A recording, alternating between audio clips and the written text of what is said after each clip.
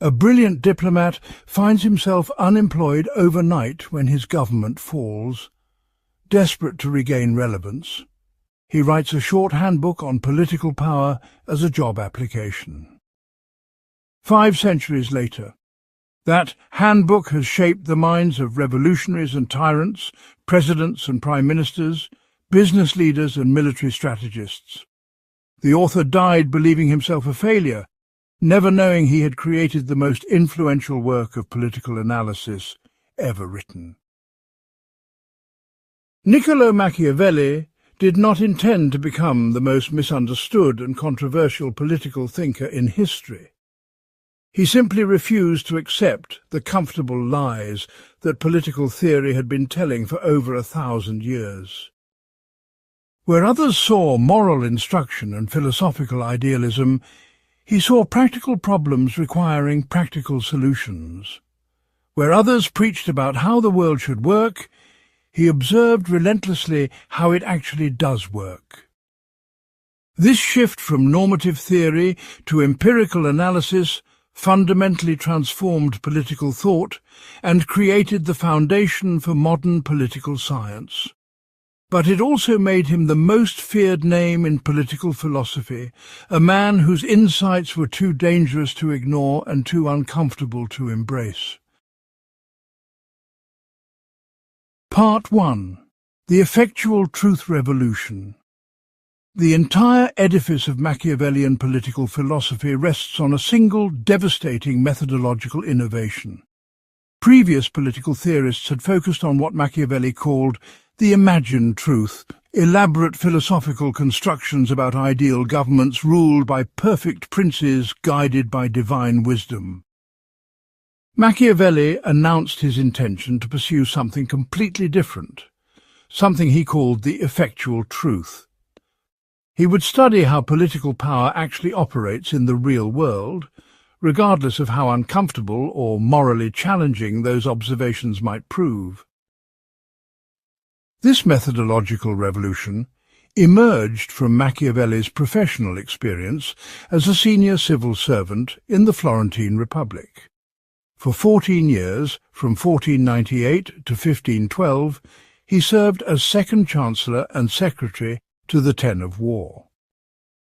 This position required him to conduct diplomatic missions throughout Italy and beyond, negotiate with kings and generals, organize military campaigns, and manage complex domestic political crises.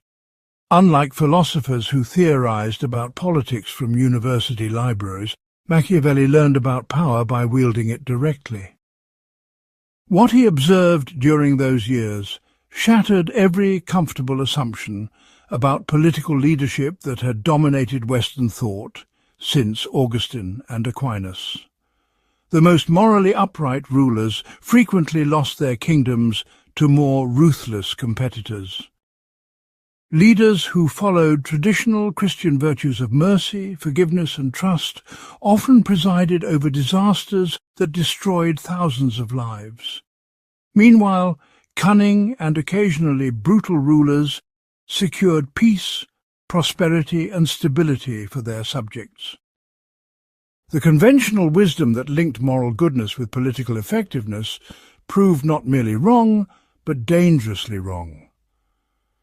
Good people made terrible rulers when they remained good in traditionally understood ways. Consider the case of Piero Soderini, the head of the Florentine Republic during much of Machiavelli's tenure. Soderini embodied traditional political virtue in every conceivable way. He was honest, merciful, trusting and committed to constitutional procedures and legal precedent. He treated political opponents with fairness and gave them multiple opportunities to prove their loyalty. When faced with dangerous conspiracies, he chose patience and persuasion over decisive action. The result was catastrophic. His enemies exploited his goodness systematically, eventually destroying both him and the republic he had tried so hard to preserve. Soderini's virtue became his fatal weakness, and his people paid the price for his moral consistency.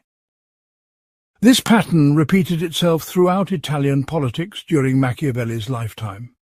The Italian peninsula had become a battleground where French, Spanish and German armies fought for control, while native rulers proved incapable of effective resistance. Traditional political theory offered no useful guidance for leaders facing such unprecedented challenges. Philosophers could explain why rulers should be just and merciful, but they could not explain how to prevent foreign conquest or domestic revolution. The gap between theoretical wisdom and practical necessity had become so vast that political theory risked becoming completely irrelevant to actual governance. Machiavelli resolved to close that gap by developing an entirely new approach to political analysis. The effectual truth methodology required systematic observation of successful political actors, regardless of their moral status. Machiavelli studied ancient examples like Moses, Cyrus, Romulus and Theseus, alongside contemporary figures like Cesare Borgia and Ferdinand of Aragon. He asked not whether these leaders were good people, but whether they achieved their political objectives effectively. What strategies did they use to acquire power, maintain power, and expand power? How did they handle domestic opposition, foreign threats, and unexpected crises? What personal qualities enabled them to succeed where others failed? These empirical questions generated insights that would revolutionize political thought and create the intellectual foundation for modern statecraft. But they also generated conclusions that scandalized traditional moralists and made Machiavelli's name synonymous with political evil. The methodological shift from imagined truth to effectual truth created what scholars now recognize as the birth of political science as a distinct discipline. Before Machiavelli, political theory remained a branch of moral philosophy or theology, focused primarily on ethical instruction and spiritual edification. After Machiavelli, serious political analysis required empirical observation, hypothesis testing, and theoretical frameworks that could predict and explain actual political behavior. This transformation made possible everything from modern international relations theory to contemporary studies of electoral behavior and institutional design. But it also created an intellectual crisis that continues to this day. If political effectiveness requires abandoning traditional moral constraints, what happens to the relationship between power and justice? Machiavelli opened this question but never fully resolved it, leaving subsequent generations to struggle with the tension between political realism and moral idealism. Part 2. The Psychological Architecture of Political Animals. Machiavelli constructed his entire political philosophy on a foundation of systematic psychological observation that would not be matched in rigor until the emergence of experimental psychology 4 centuries later.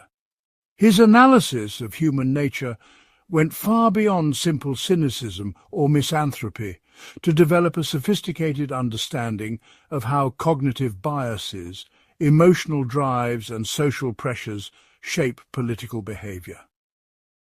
This psychological realism became the bedrock of all subsequent Machiavellian analysis, making it essential to understand exactly what he discovered about the human mind and how those discoveries informed his political prescriptions. Modern behavioral economics and political psychology have largely confirmed his core insights about human decision-making under pressure. The centerpiece of Machiavellian psychology is his theory of what we might call conditional loyalty. Humans are not inherently evil or inherently good, but rather inherently self-interested and fundamentally responsive to immediate environmental pressures. People will behave virtuously when virtue serves their interests, and they will behave badly when circumstances make bad behavior advantageous. This means that human behavior is largely predictable if you understand the incentive structures and psychological pressures operating in any given situation. Most importantly, it means that creating good behavior requires designing institutions and policies that make good behavior personally beneficial rather than personally costly. Moral exhortation alone will always fail because it asks people to act against their perceived self-interest. Machiavelli identified several specific cognitive biases that make humans particularly unsuitable for traditional moral politics.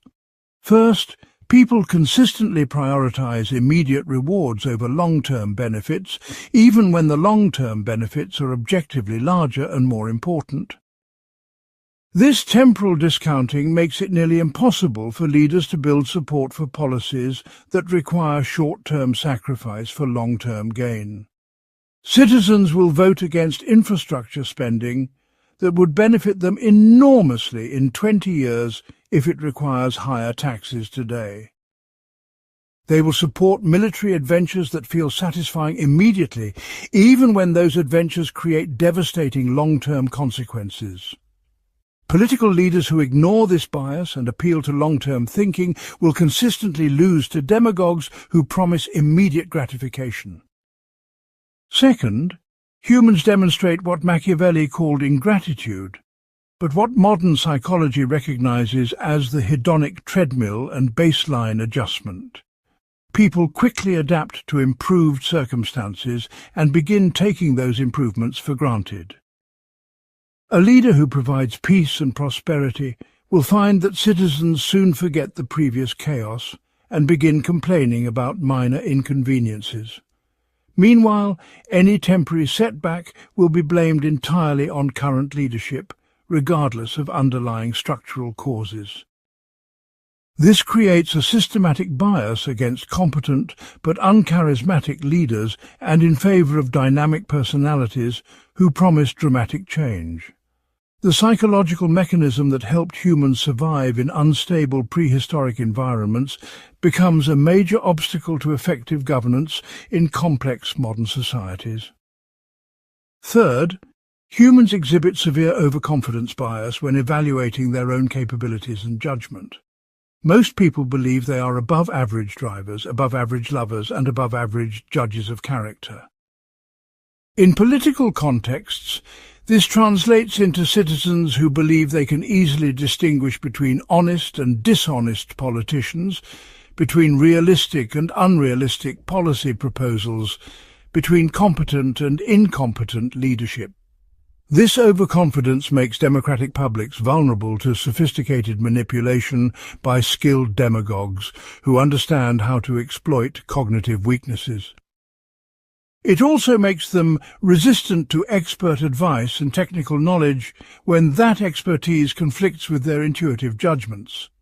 Leaders who acknowledge this bias and design their communication strategies accordingly will be more successful than those who assume rational deliberation will prevail. Fourth, Machiavelli observed that humans are fundamentally imitative creatures who take their behavioral cues from social environments rather than abstract principles. People want to fit in with their peer groups more than they want to be morally consistent. This means that moral behavior depends heavily on social expectations and visible enforcement mechanisms rather than on internal character development. When corruption becomes normalized in a political system, even initially honest people will begin engaging in corrupt behavior to avoid social isolation. Conversely, when institutional cultures maintain high standards and consistent enforcement, people will behave ethically even when they might prefer to cheat.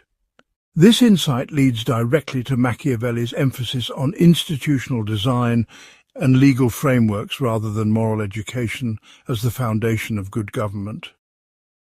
Finally, Machiavelli identified what modern psychology calls the fundamental attribution error in political contexts. When bad things happen to them, people blame external circumstances and bad luck. When bad things happen to others, people blame character flaws and poor decision-making. This asymmetry makes it nearly impossible for political leaders to maintain credibility during difficult periods.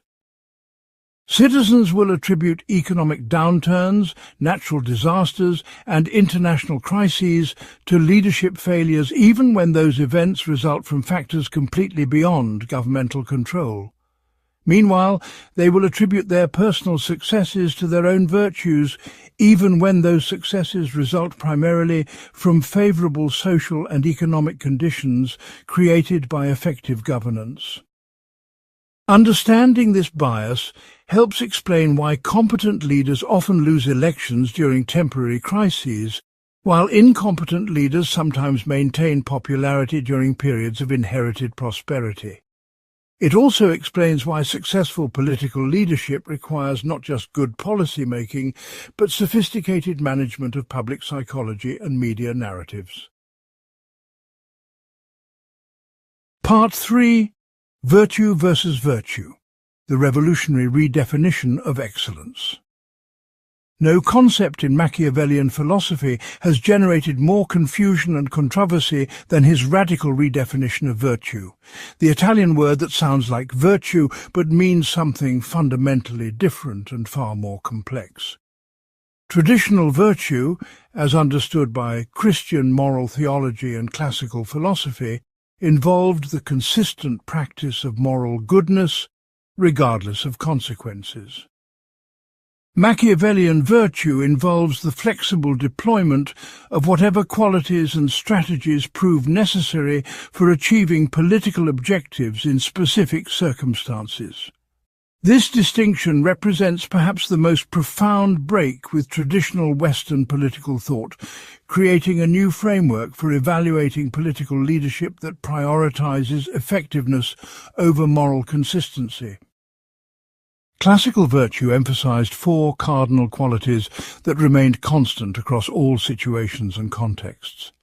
Prudence meant making decisions based on moral wisdom and long-term spiritual consequences.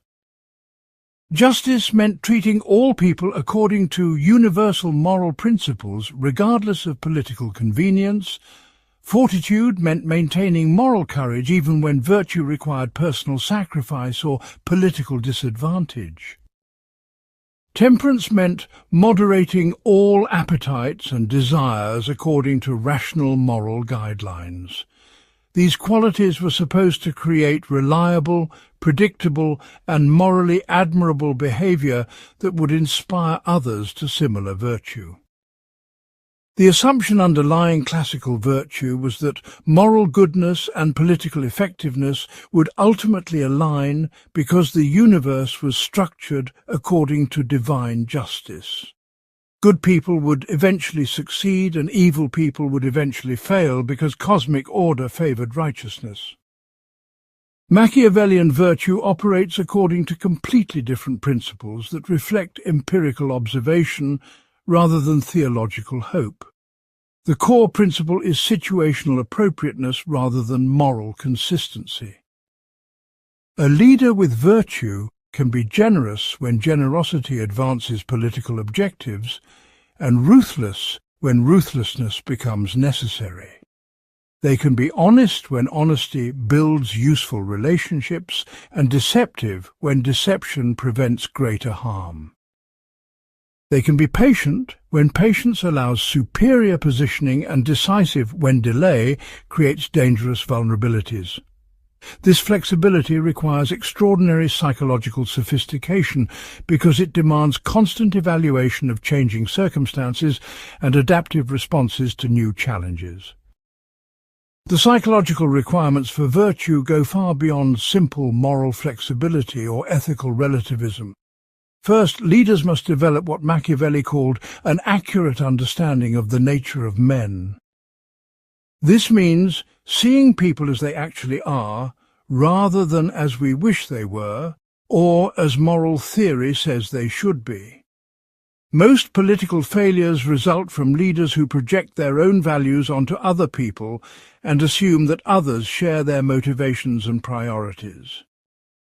Effective leaders understand that different people respond to different incentives, and that successful motivation requires matching strategies to specific psychological profiles. This demands sophisticated emotional intelligence and the ability to suppress personal preferences in favour of strategic calculations. Second, virtue requires what we might call temporal flexibility in moral reasoning. Traditional virtue operates according to universal principles that apply equally across all time periods and circumstances. Virtue operates according to contextual analysis that evaluates the specific requirements of particular moments and situations. Sometimes the situation requires immediate decisive action, even when that action violates normal procedural safeguards. Sometimes the situation requires patient long-term planning, even when public pressure demands immediate visible responses.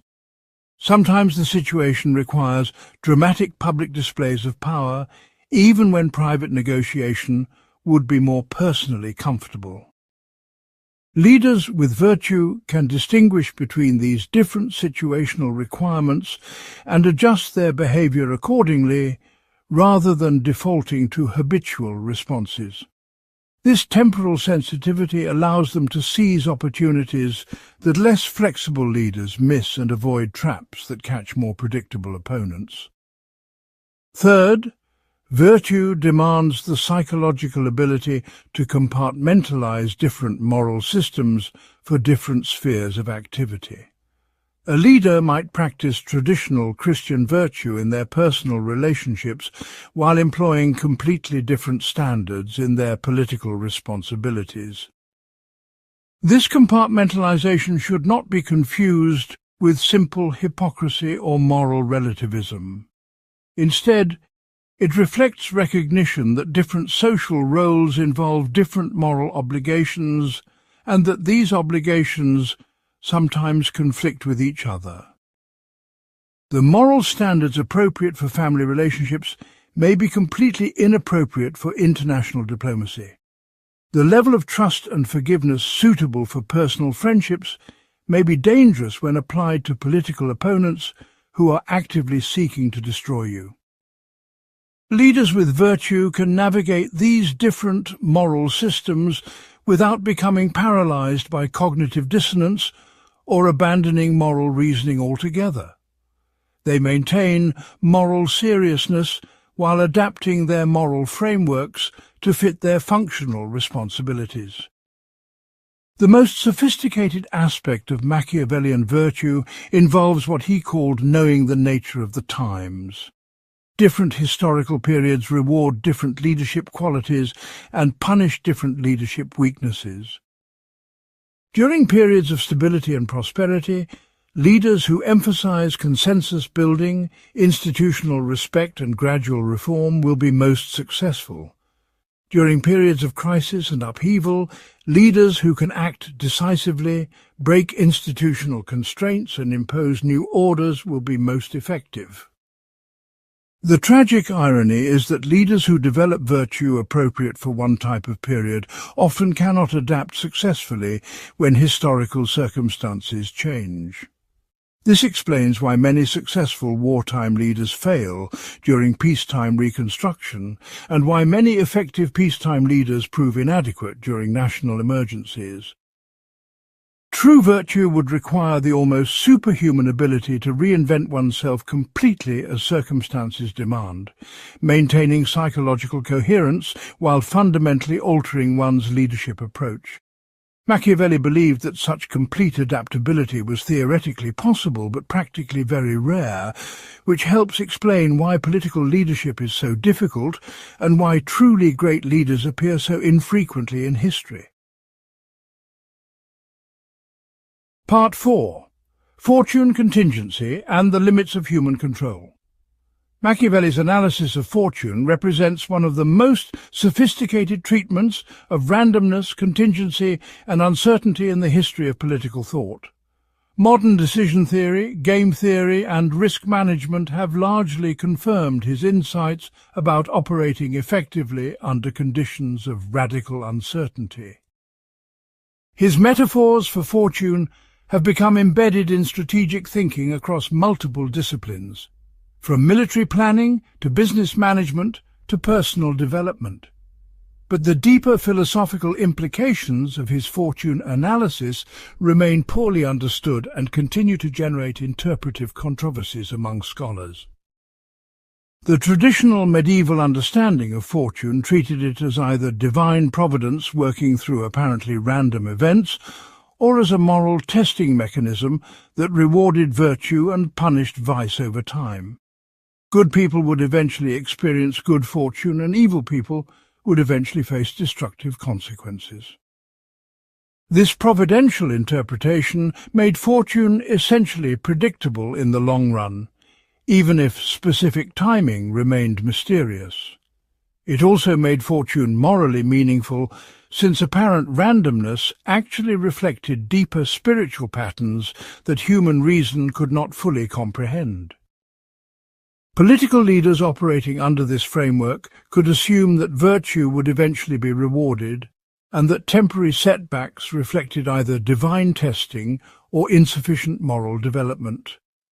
This created a relatively stable psychological foundation for political action, since leaders could maintain confidence that moral behavior would ultimately lead to political success. Machiavellian fortune operates according to completely different principles that reflect his commitment to empirical observation rather than theological assumption. Fortune is genuinely random, genuinely powerful, and genuinely indifferent to human moral categories. Good people experience terrible luck, and evil people sometimes prosper through pure chance.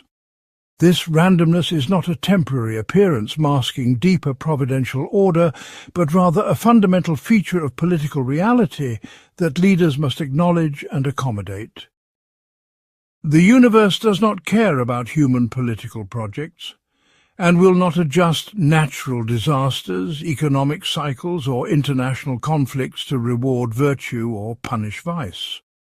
This means that political success requires developing strategies that can survive and exploit random events, rather than assuming that good intentions will generate favorable circumstances.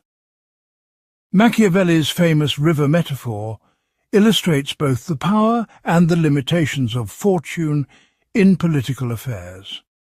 Fortune resembles a violent river that floods unpredictably, destroying everything in its path and appearing completely unstoppable when it rages. But during calm periods, intelligent people can build dikes, channels and barriers that will control future floods and direct the river's power toward useful purposes. The metaphor captures several crucial insights about the relationship between human agency and environmental constraints.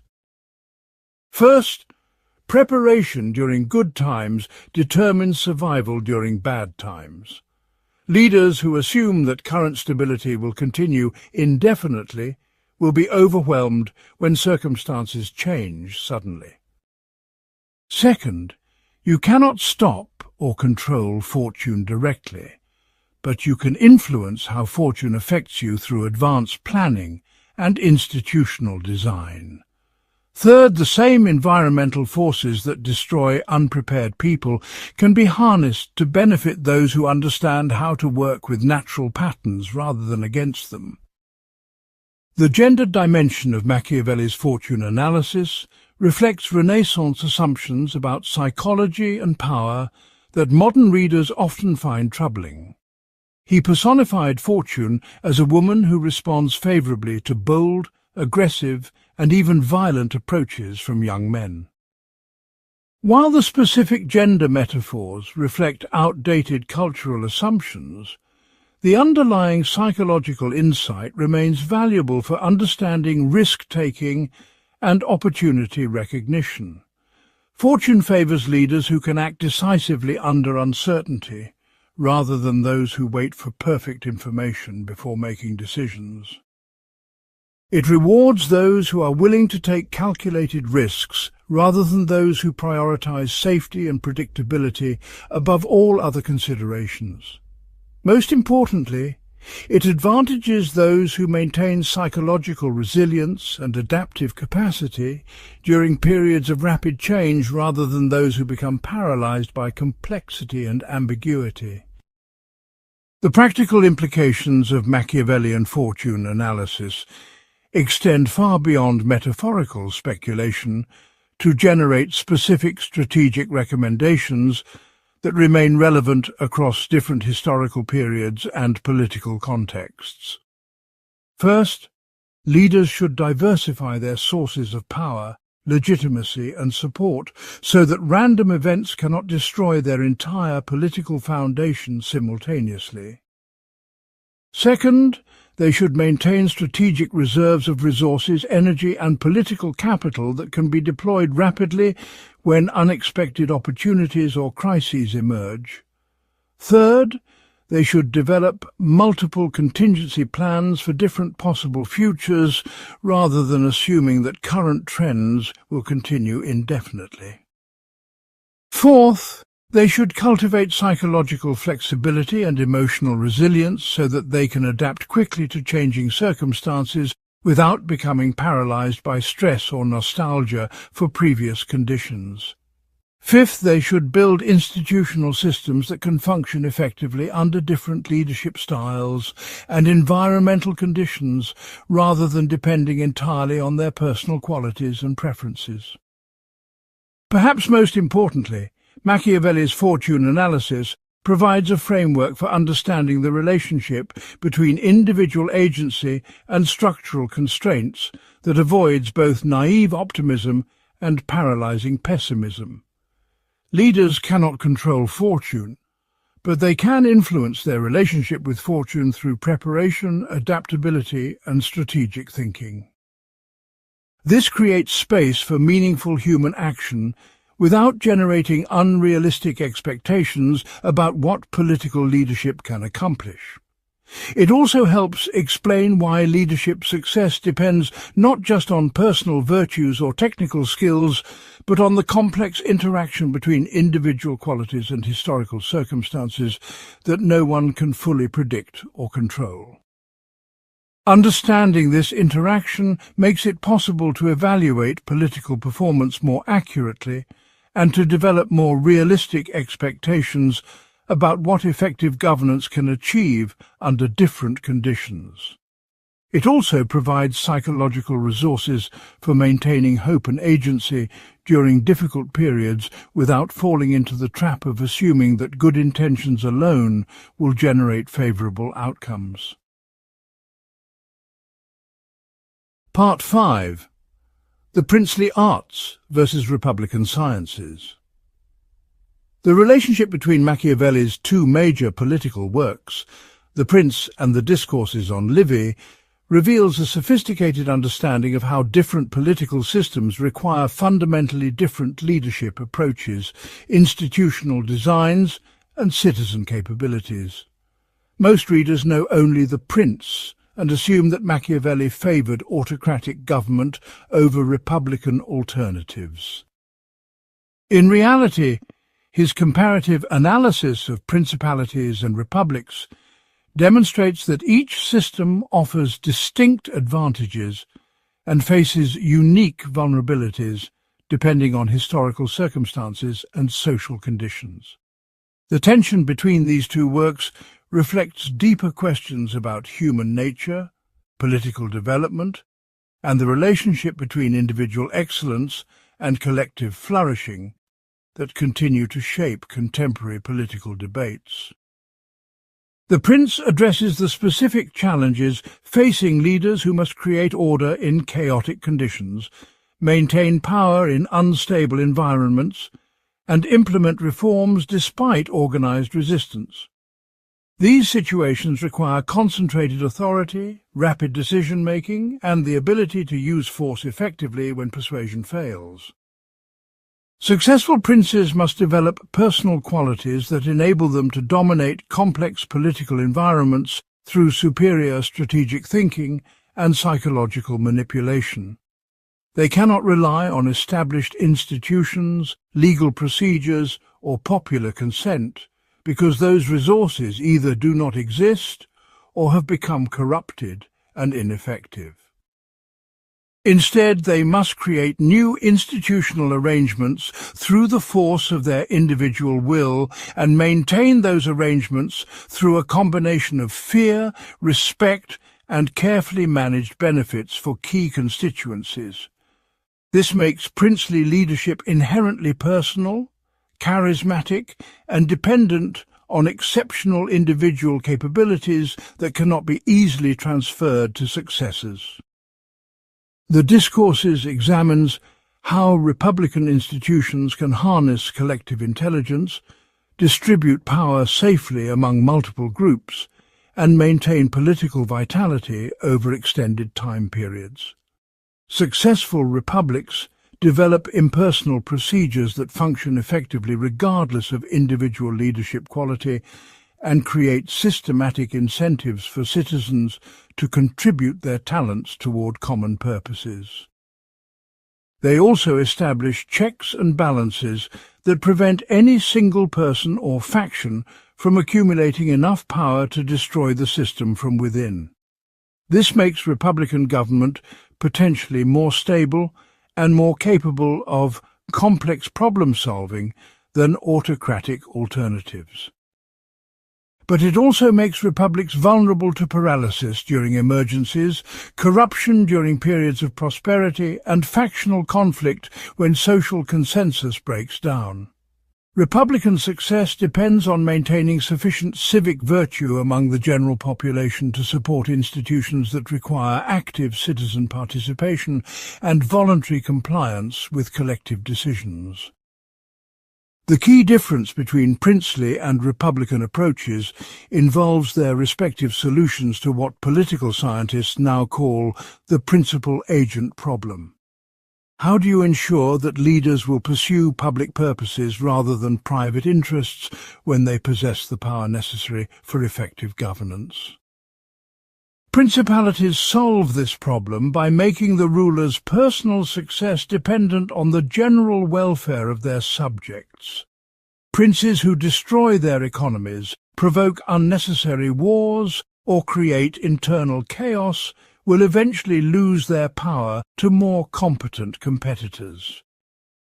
This creates alignment between individual ambition and collective benefit, without requiring moral virtue or altruistic motivation. But it also concentrates enormous risks in individual psychology and provides no systematic mechanism for correcting bad decisions or replacing incompetent leadership. Republics solve the principal-agent problem through institutional competition and distributed accountability. Multiple officials check each other's behavior, and regular elections allow citizens to replace unsatisfactory leaders without violent revolution. This reduces the risks associated with individual incompetence or corruption and creates systematic incentives for responsive governance. But it also makes decisive action more difficult and creates opportunities for special interests to capture governmental processes through superior organization and resources. Republican institutions work well when citizens possess sufficient education, economic security, and civic engagement to monitor their representatives effectively. They fail when social inequality becomes too extreme, when external pressures require rapid responses, or when internal divisions make compromise impossible. Machiavelli's analysis suggests that the choice between princely and republican government should depend on specific historical circumstances rather than abstract philosophical preferences. New nations emerging from colonial rule, societies recovering from civil wars, and communities facing existential external threats may require princely leadership to create basic stability and security. Established societies with educated populations, diversified economies, and stable international environments may benefit more from republican institutions that can process complex information and build broad consensus for difficult policies. The tragedy is that successful princes often resist transitioning to republican institutions, even when changing circumstances make such transitions desirable. Meanwhile, republican governments often prove incapable of producing the decisive leadership necessary during genuine emergencies. This creates a cyclical pattern where political systems alternate between autocratic and republican phases, depending on external pressures and internal development. The deeper philosophical tension between the prince and the discourses reflects competing views about human potential and social development. The prince assumes that most people will remain fundamentally self-interested, short-sighted, and politically passive, regardless of institutional arrangements. This makes exceptional individual leadership necessary for achieving any significant political accomplishments. The discourses suggest that appropriate institutions can cultivate civic virtue and encourage broader participation in political life. This makes collective wisdom and distributed leadership possible under favourable conditions. Modern democratic theory continues to struggle with this same tension between elite leadership and popular participation, between efficiency and representation, between expertise and accountability. Machiavelli's comparative analysis provides a framework for thinking about these trade-offs without assuming that any single institutional design will work optimally under all possible circumstances. The goal is not to choose between princely and republican approaches permanently, but to understand when each approach offers advantages and how societies might transition between different institutional arrangements as their circumstances change. Part 6. War as the ultimate political art. Machiavelli's military philosophy extends far beyond technical discussions of tactics and strategy to encompass a comprehensive theory about the relationship between armed force and political order.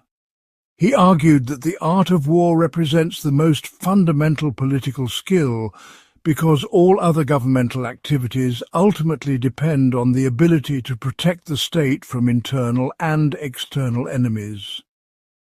This insight generates a systematic analysis of military organization, citizen soldiers versus mercenaries, and the role of violence in creating and maintaining political institutions that has influenced military thinking from Napoleon to modern counterinsurgency doctrine.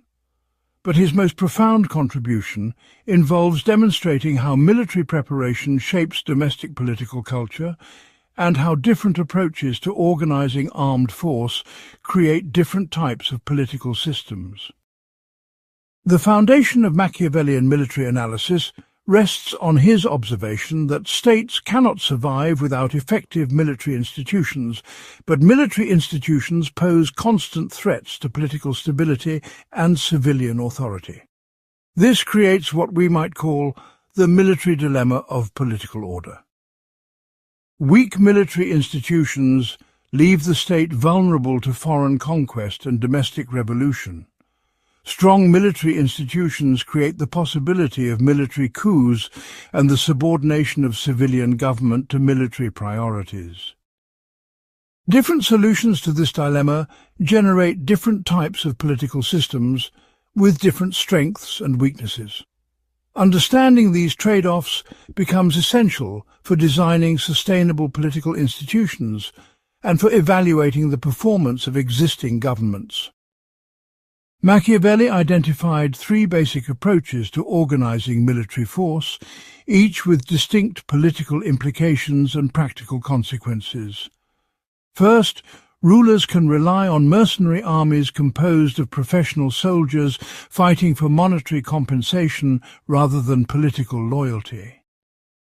This approach minimizes the risk of military coups since mercenaries have no direct stake in domestic political arrangements and can be dismissed when their services are no longer needed. But it also creates enormous financial costs, questionable battlefield reliability, and strategic vulnerabilities when mercenary commanders develop their own political ambitions. Mercenaries fight only as hard as their contracts require and will abandon their employers when offered better terms by opposing forces. They also tend to prolong conflicts unnecessarily to maximize their profits and may switch sides during battles if the military situation appears hopeless. Second, rulers can rely on auxiliary troops provided by allied states or powerful domestic factions. This approach reduces financial costs and can provide access to specialized military capabilities that would be expensive to develop independently. But it also creates dangerous dependencies on external powers who may withdraw their support at crucial moments or use their military assistance to influence domestic political decisions. Auxiliaries ultimately serve their own governments rather than their temporary employers, which means they cannot be trusted completely during conflicts where their home states have independent interests. Domestic auxiliaries provided by powerful families or regional leaders create similar problems since they remain loyal to their original patrons rather than to central governmental authority. Both forms of auxiliary force undermine political independence and create vulnerabilities that sophisticated enemies will eventually exploit. Third, rulers can develop their own native military institutions based on citizen soldiers who fight to defend their homes, families, and political communities. This approach creates the strongest possible motivation for battlefield effectiveness since soldiers are defending their own vital interests rather than fulfilling contractual obligations or serving foreign masters. Citizen armies also cost less than mercenary alternatives and provide rulers with military force that cannot be easily bribed or corrupted by enemy agents. But citizen soldiers pose greater threats to domestic political stability since they possess both military training and direct stakes in political outcomes. They may use their military capabilities to resist unpopular policies, support political opponents, or demand greater influence over governmental decisions. Managing citizen armies requires different political skills than managing mercenaries or auxiliaries, and creates ongoing tensions between military efficiency and civilian control. The relationship between military organization and political culture represents perhaps the most important aspect of Machiavellian military philosophy. Societies that rely primarily on mercenary force tend to develop passive, commercially oriented political cultures where citizens focus on private economic activities and leave political decisions to professional elites. This can generate prosperity and stability during peaceful periods, but creates vulnerabilities during military crises when rapid mobilization becomes necessary. Societies that develop citizen military institutions tend to cultivate more active, participatory political cultures where citizens expect to influence major policy decisions and accept personal responsibilities for collective defense. This creates greater resilience during military emergencies, but also generates more domestic political conflict and makes efficient decision-making more difficult. The choice between these alternatives reflects deeper questions about the relationship between individual freedom and collective security that continue to shape contemporary debates about military policy and civic obligation. Machiavelli's analysis of fortifications, siege warfare, and defensive strategy illustrates how technological developments interact with political institutions to create new strategic possibilities and vulnerabilities. The development of gunpowder artillery during the late 15th century fundamentally altered the military balance between offensive and defensive capabilities. Traditional high walls and strong castles became liabilities rather than assets when they could be destroyed quickly by cannon fire. This technological shift required new approaches to fortification design, new tactics for siege warfare, and new strategies for territorial defence that favoured mobile armies over static defensive positions. But the political implications extended far beyond purely military considerations. Societies that adapted quickly to new military technologies gained strategic advantages over more conservative competitors. Rulers who understood how technological change affected military effectiveness could exploit temporary advantages to expand their power and influence. Meanwhile, political systems that resisted military innovation often found themselves conquered by more adaptable enemies regardless of their other strengths and achievements. This creates an ongoing dynamic where political survival requires constant attention to military developments and willingness to modify existing institutions when technological or strategic circumstances change. Modern examples include the impact of nuclear weapons on international relations, the role of cyber warfare in contemporary conflicts, and the implications of artificial intelligence for future military competition. Part 7. Religion as Statecraft, the Political Utility of Sacred Power. Machiavelli's treatment of religion represents one of the most sophisticated and controversial aspects of his political philosophy, revealing deep insights about the relationship between spiritual belief and political order that anticipate modern theories of civil religion, ideological hegemony, and cultural legitimacy. Unlike medieval political theorists who treated religion as a source of eternal moral truths that should guide political decision-making, Machiavelli analyzed religion primarily as a political instrument that could be used effectively or ineffectively depending on circumstances and leadership skills. This instrumental approach to sacred traditions scandalized religious authorities and continues to generate interpretive debates about whether Machiavelli was a secret atheist, a conventional believer, or something more complex and ambiguous. But his practical insights about how religious institutions interact with political power remain remarkably prescient and continue to influence contemporary analysis of political legitimacy and social cohesion.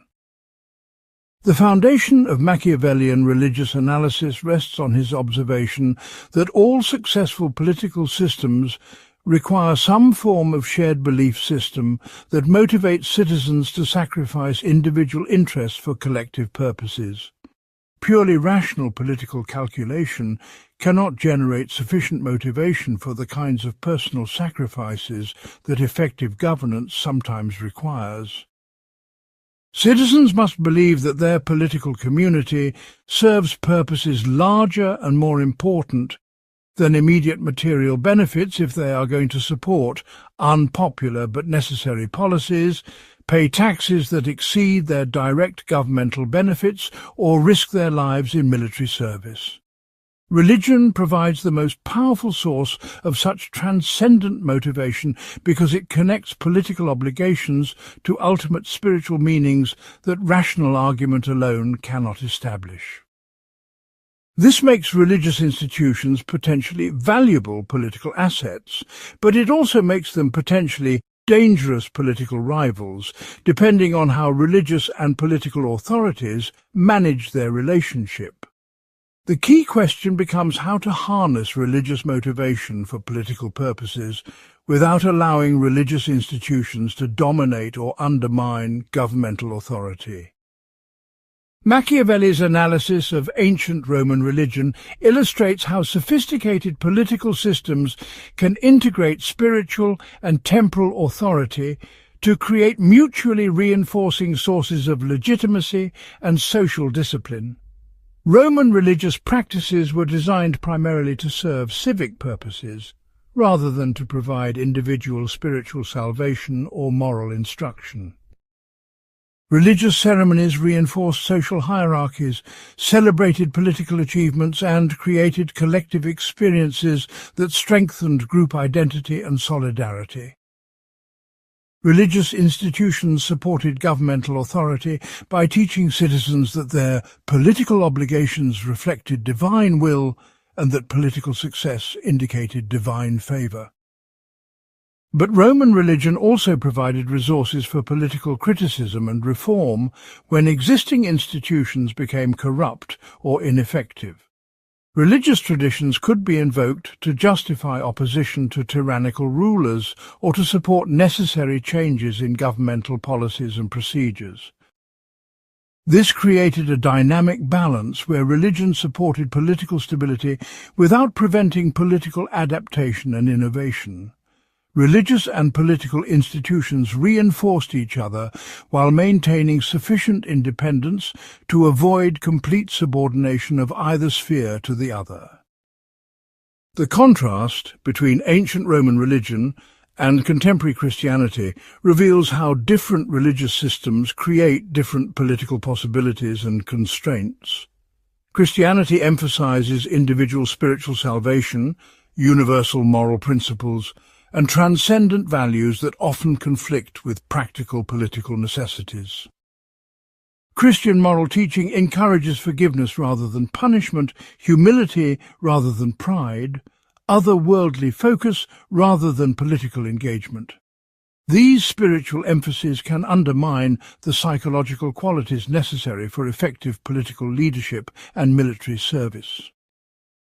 Christian institutions also claim independent authority to evaluate political decisions according to religious criteria, which creates potential conflicts between religious and political leadership. When these conflicts become severe, they can paralyze governmental decision-making or generate civil wars between competing sources of ultimate authority. But Christianity also provides powerful resources for political legitimacy and social cohesion when religious and political authorities coordinate their activities effectively. Christian moral teaching can motivate extraordinary personal sacrifices for collective purposes and create strong social bonds that transcend economic and ethnic divisions. Machiavelli's practical recommendations for managing religious institutions focus on maintaining beneficial aspects of religious influence while minimizing potential conflicts and vulnerabilities. Political leaders should publicly respect religious traditions and participate in religious ceremonies to demonstrate their commitment to transcendent values and shared cultural traditions. This builds trust with religious citizens and provides access to religious sources of motivation and legitimacy. But leaders should also maintain sufficient independence from religious institutions to make decisions based on political necessity rather than religious doctrine when these considerations conflict. This requires sophisticated diplomatic skills and careful attention to religious sensibilities, since open conflicts between religious and political authority can be extremely damaging to both institutions. The goal is to create cooperative relationships that allow both religious and political institutions to pursue their distinctive purposes while supporting rather than undermining each other. The deeper philosophical implications of Machiavellian religious analysis extend beyond tactical considerations to raise fundamental questions about the relationship between truth and utility in political life. If religious institutions serve primarily political functions, what happens to their claims about spiritual truth and moral authority? If political leaders manipulate religious symbols and traditions for strategic purposes, can those symbols retain their power to inspire genuine devotion and moral commitment? If citizens understand that their religious beliefs are being used for political purposes, will those beliefs continue to provide effective motivation for collective action? These questions anticipate modern debates about ideology, propaganda, and the role of shared myths in maintaining social cohesion. They also connect to contemporary discussions about civil religion, political ritual, and the ways that secular political systems attempt to generate the kinds of transcendent motivation that traditional religions provided more naturally. Machiavelli's analysis suggests that some form of shared belief system remains necessary for effective political order, but it does not resolve the deeper tensions between instrumental and intrinsic approaches to sacred traditions. This creates ongoing challenges for political leaders who must navigate between cynical manipulation and naive idealism in their relationships with religious institutions and spiritual beliefs. Part 8. The Eternal Recurrence of Constitutional Forms.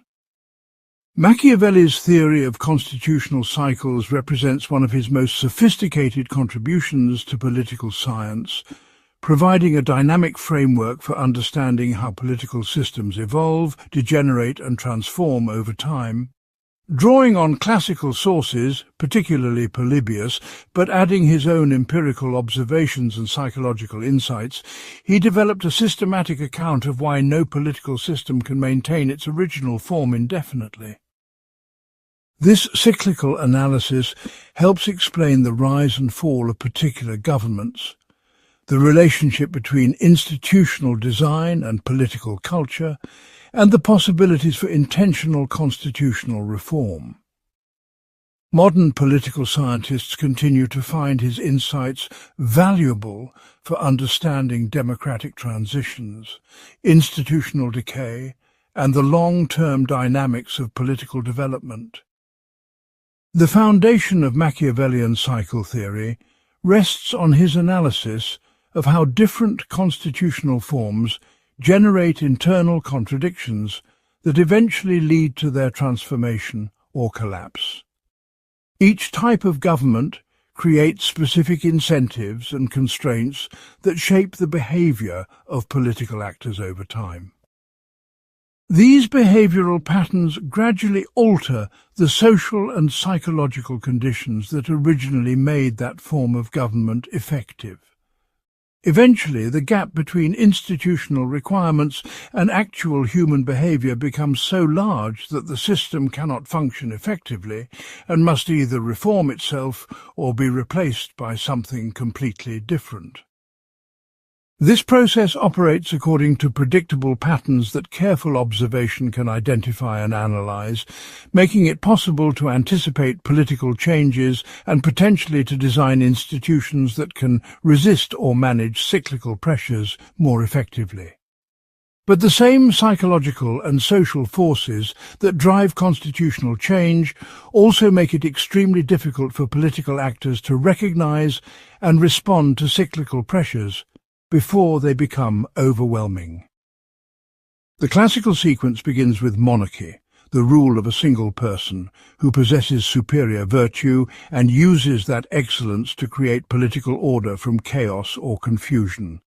Successful monarchs establish laws, institutions and cultural traditions that provide stability and security for their subjects. But monarchical success creates conditions that undermine the very qualities that made monarchy effective in the first place. As society becomes more stable and prosperous, the immediate need for exceptional individual leadership decreases while opportunities for luxury and self-indulgence increase. Subsequent rulers inherit power rather than earning it through demonstrated competence, and they often lack the virtue that their predecessors possessed. Meanwhile, prolonged stability makes citizens less willing to accept arbitrary authority and more interested in participating in political decisions that affect their lives. The combination of declining leadership quality and rising popular expectations gradually transforms effective monarchy into oppressive tyranny. Citizens who initially welcomed royal authority eventually come to resent it, creating conditions for revolutionary change. The overthrow of tyranny typically brings aristocracy, the rule of the few who possess superior wealth, education or social status. Aristocratic government can be highly effective when aristocrats possess genuine excellence and use their advantages to serve broader public purposes.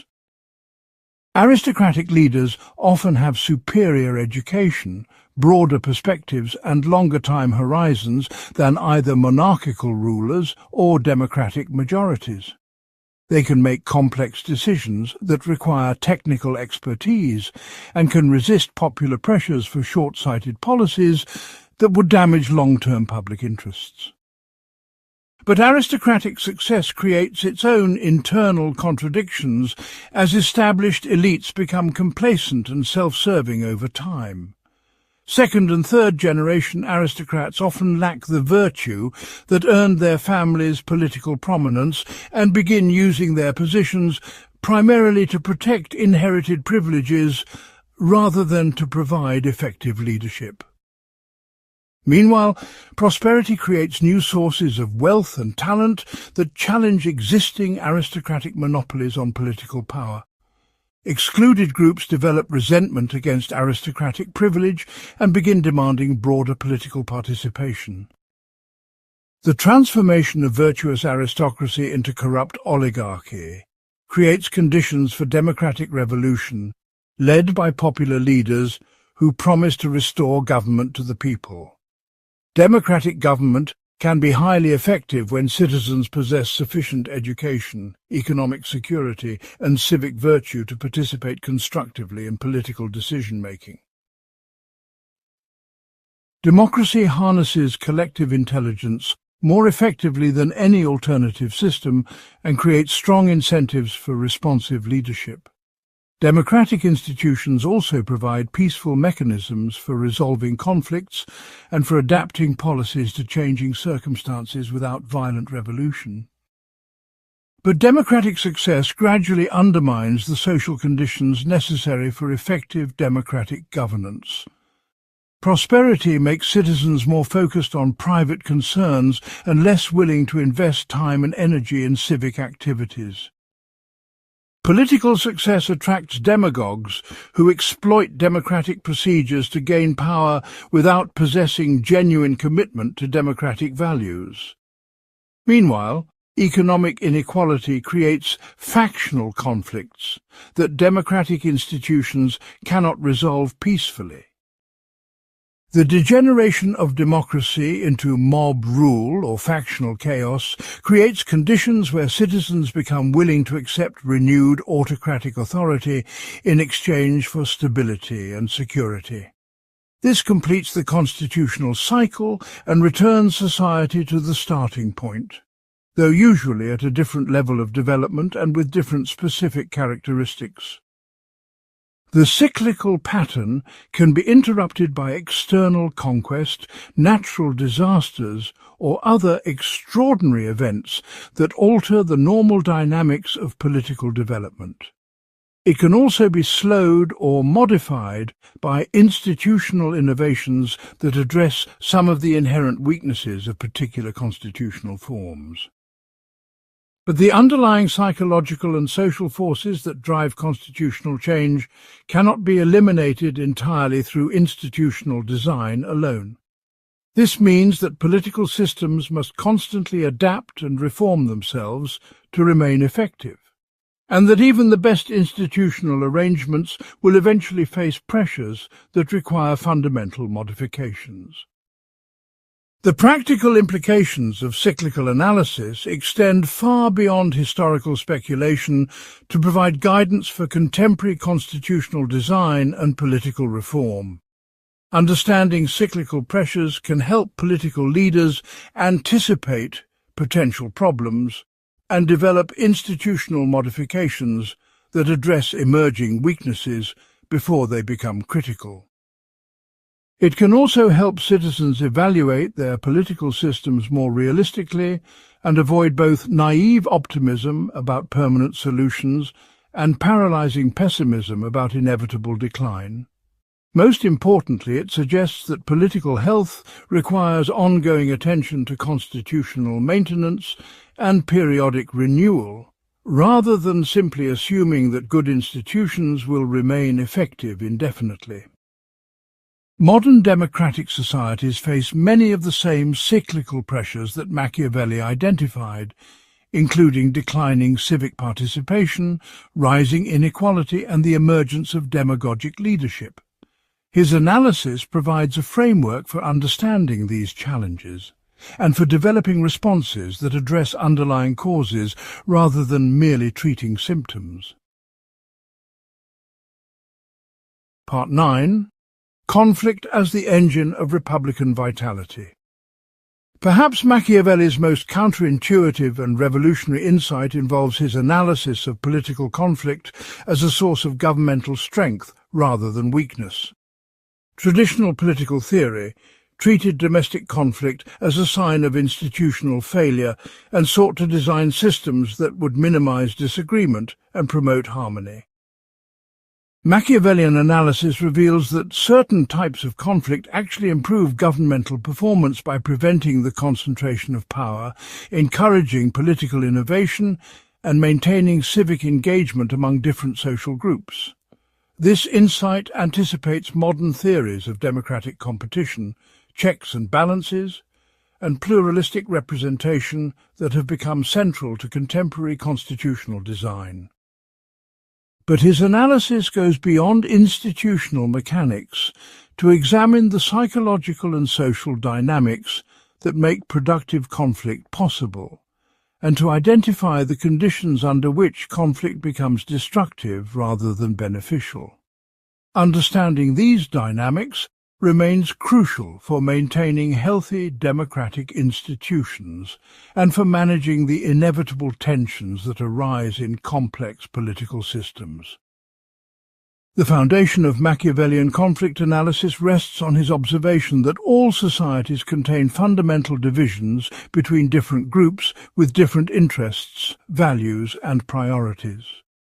These divisions cannot be eliminated through institutional design or moral education, because they reflect real differences in social position, economic circumstances, and cultural background. Attempts to suppress or ignore these differences typically result in the domination of one group over others rather than the creation of genuine harmony.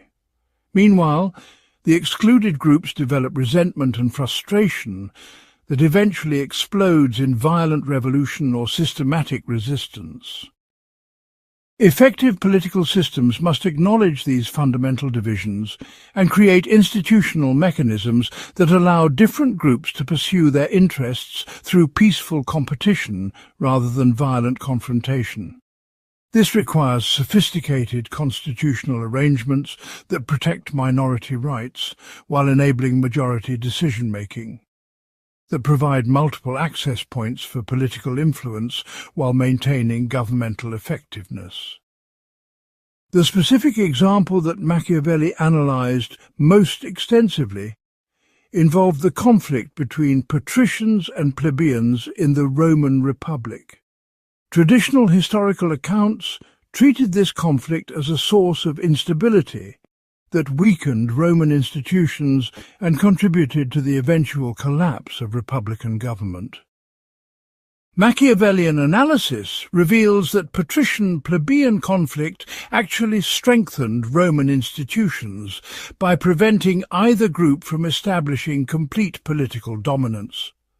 When patricians attempted to monopolize political power, plebeian resistance forced them to share authority and to make their rule more responsive to broader social needs.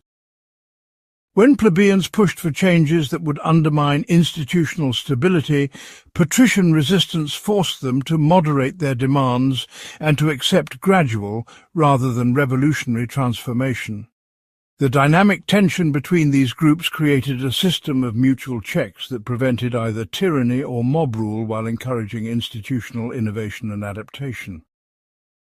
The psychological mechanisms that make productive conflict possible depend on several crucial conditions that distinguish beneficial competition from destructive factional warfare.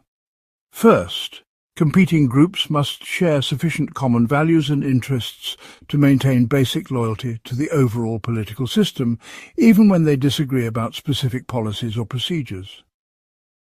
Groups that view their opponents as existential threats or as fundamentally illegitimate will seek to destroy rather than compete with them. This makes compromise impossible and transforms political competition into civil war. Second, institutional procedures must provide realistic opportunities for all significant groups to influence political outcomes through peaceful means. Groups that feel permanently excluded from political influence will eventually resort to extra-legal methods to pursue their interests. Third, the stakes of political competition must remain limited so that electoral or policy defeats do not threaten the fundamental interests or identities of losing groups. When political outcomes determine group survival, competition becomes zero-sum and cooperation becomes impossible.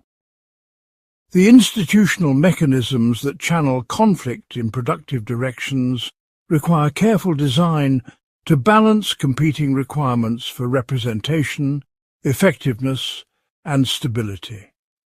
Multiple access points for political influence allow different groups to pursue their interests through different institutional venues when they cannot achieve their goals through normal electoral processes. This might include independent courts, federalist arrangements, administrative agencies, or various forms of direct democracy that provide alternatives to majoritarian decision-making. But these multiple access points must be coordinated effectively to prevent governmental paralysis or the systematic obstruction of necessary policy changes. Similarly, protection for minority rights must be balanced against the need for decisive action during emergencies or when broad social consensus supports particular policy directions. Creating these balances requires ongoing constitutional maintenance and adjustment as social conditions and group relationships change over time.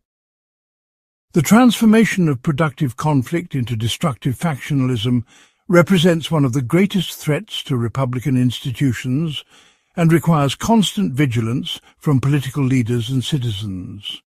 Machiavelli identified several warning signs that indicate when normal political competition is degenerating into irreconcilable factional warfare. Groups begin viewing political opponents as enemies, rather than as legitimate competitors with different interests and perspectives. Political rhetoric shifts from policy disagreements to personal attacks and character assassination. Institutional procedures become weapons for gaining tactical advantages rather than neutral mechanisms for resolving disagreements fairly. Violence or threats of violence begin to play roles in normal political processes. Groups begin seeking to change basic constitutional rules to ensure permanent advantages over their opponents. External powers begin exploiting domestic divisions to advance their own interests at the expense of national unity. The contemporary relevance of Machiavellian conflict analysis becomes apparent when examining the challenges facing modern democratic systems around the world. Rising political polarization, declining trust in institutions, and increasing resort to extra-constitutional methods of political competition all reflect the kinds of factional degeneration that Machiavelli identified as threats to republican government. His analysis suggests that addressing these problems requires more than simply encouraging civility or promoting bipartisan cooperation. Instead, it requires systematic attention to the underlying social and economic conditions that make productive conflict possible, including reasonable economic equality, shared civic education, and institutional arrangements that provide realistic opportunities for all significant groups to influence political outcomes. It also requires political leadership that understands how to manage conflict constructively rather than exploiting divisions for short-term partisan advantage. The goal is not to eliminate political conflict, which is both impossible and undesirable, but to maintain the social and institutional conditions that allow conflict to strengthen rather than destroy democratic institutions. Part 10. The Paradox of Innovation and the Problem of Founding. The final pillar of Machiavellian political philosophy addresses perhaps the most difficult challenge in political life, the problem of creating new institutions or fundamentally reforming existing ones when those changes threaten established interests and familiar patterns of behaviour. Machiavelli recognized that even beneficial political innovations face systematic resistance because change itself creates uncertainty and anxiety regardless of its ultimate merits. This creates a paradox where societies most in need of institutional reform are often least capable of implementing necessary changes, while societies with effective institutions may become too complacent to adapt when circumstances require modification. Understanding this paradox remains crucial for anyone attempting large-scale political change, whether in governmental institutions, business organizations, or social movements. The psychological and strategic insights that Machiavelli developed continue to influence theories of organizational change, revolutionary strategy, and institutional development across multiple disciplines. But his analysis also reveals the inherent limitations and tragic costs associated with fundamental political transformation, even when that transformation serves legitimate and important purposes. The foundation of the innovation paradox rests on Machiavelli's observation that human beings are naturally conservative creatures who prefer familiar arrangements to uncertain alternatives, even when those familiar arrangements cause significant problems. This conservatism operates at both psychological and practical levels that reinforce each other in ways that make change extremely difficult. Psychologically, people develop emotional attachments to existing institutions and procedures that provide predictability and identity, even when those institutions function poorly. Change threatens these attachments and creates anxiety about loss of status, security, or meaning, regardless of potential benefits. Practically, existing institutions create vested interests among people who benefit from current arrangements and who will resist changes that might reduce their advantages. These psychological and practical sources of resistance combine to create powerful coalitions opposed to reform, even when the need for change appears obvious to objective observers. Meanwhile, potential beneficiaries of proposed changes often provide weak support for reform because they remain uncertain about outcomes and doubtful about implementation. People can see the problems with existing arrangements clearly because they experience those problems directly. But they can only imagine the benefits of proposed alternatives, and imagination provides weaker motivation than direct experience. This asymmetry between concrete opposition and hypothetical support creates enormous obstacles for reformers who must overcome determined resistance with uncertain assistance. The situation becomes even more difficult when proposed changes require extended implementation periods during which costs become apparent immediately while benefits remain distant and uncertain. Reform coalitions often collapse during these implementation periods as supporters lose enthusiasm and opponents maintain their determined resistance. The strategic implications of innovation resistance require reformers to develop sophisticated approaches that address both psychological and practical sources of opposition. Successful innovators must either overcome resistance through superior force or find ways to make change appear less threatening and more beneficial to key constituencies. The first approach requires concentrating enough power to impose changes despite opposition, but this concentration of power creates risks of tyranny and abuse that may undermine the very goals that motivated reform in the first place. The second approach requires building coalitions and managing communication in ways that reduce opposition while maintaining momentum for change. But this typically involves compromises that may weaken the effectiveness of proposed reforms. Either approach requires exceptional leadership skills and favourable circumstances that are rarely available when they are most needed. This explains why successful large-scale political change is relatively rare and why most reform efforts fail or produce unintended consequences that create new problems while failing to solve existing ones.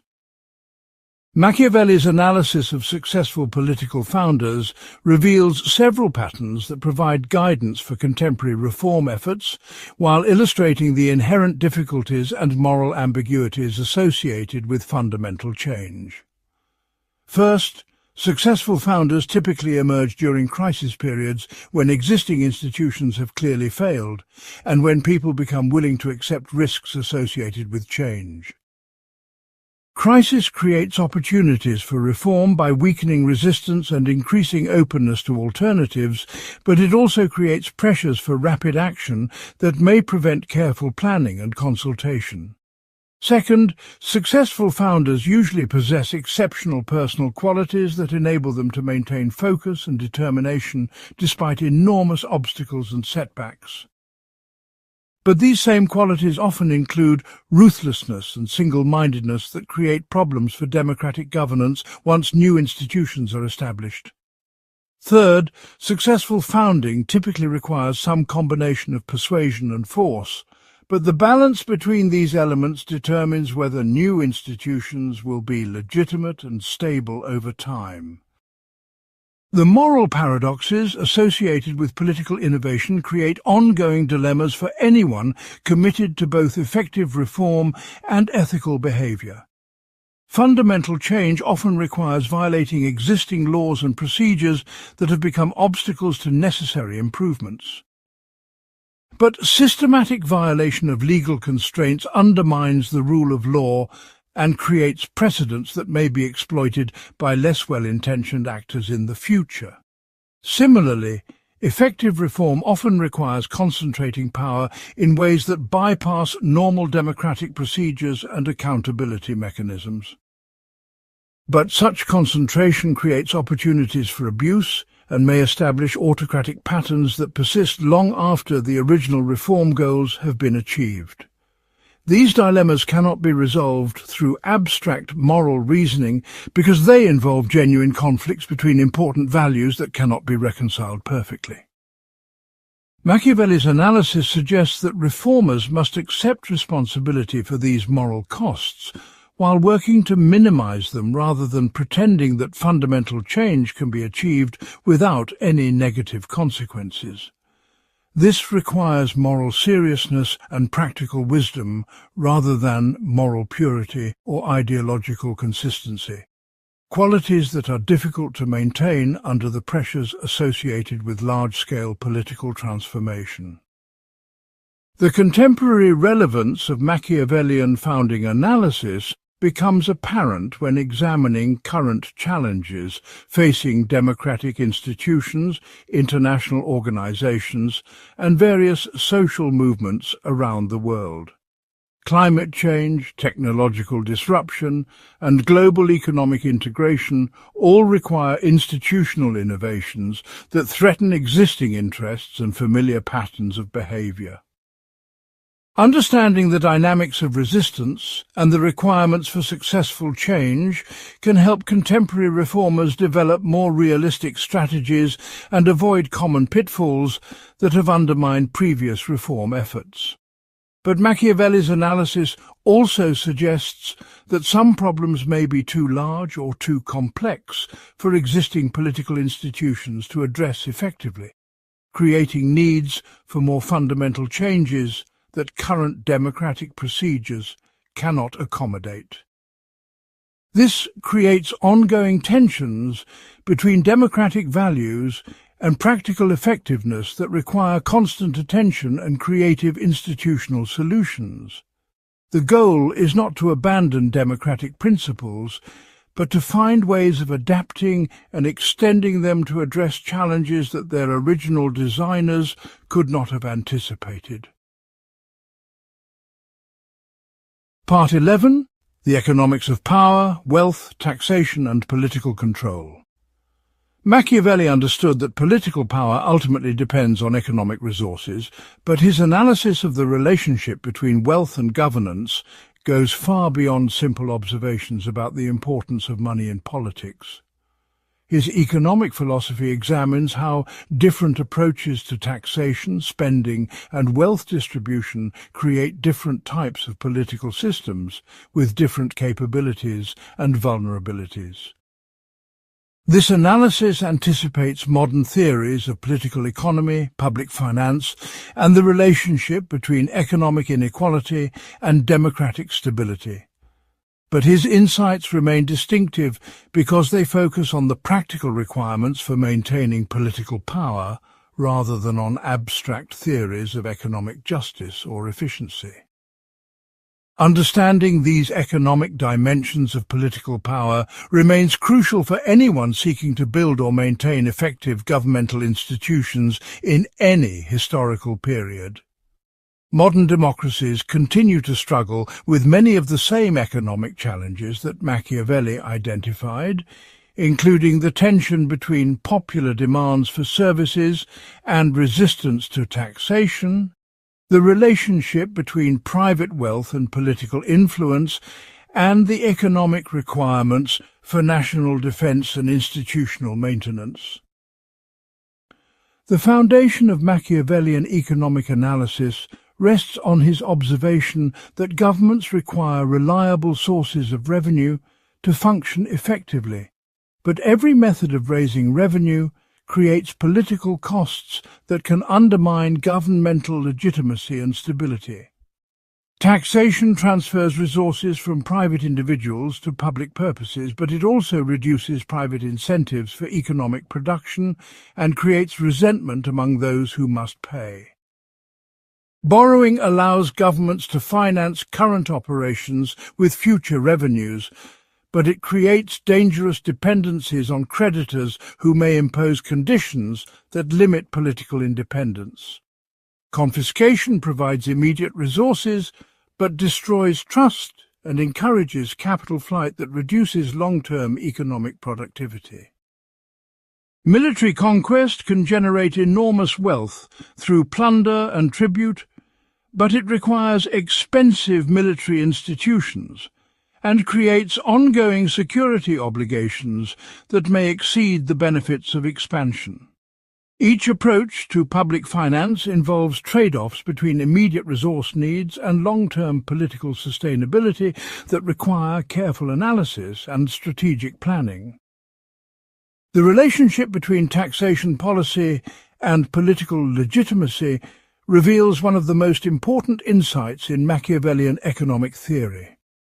Governments that rely primarily on direct taxation of their own citizens must maintain high levels of popular support because taxpayers can organize resistance to policies they dislike. This creates incentives for responsive governance and limits the ability of rulers to pursue policies that serve only elite interests. But it also makes decisive action more difficult during emergencies when rapid resource mobilization becomes necessary for national survival. Governments that rely primarily on external sources of revenue, such as tribute from conquered territories or loans from foreign creditors, can act more independently of domestic popular opinion.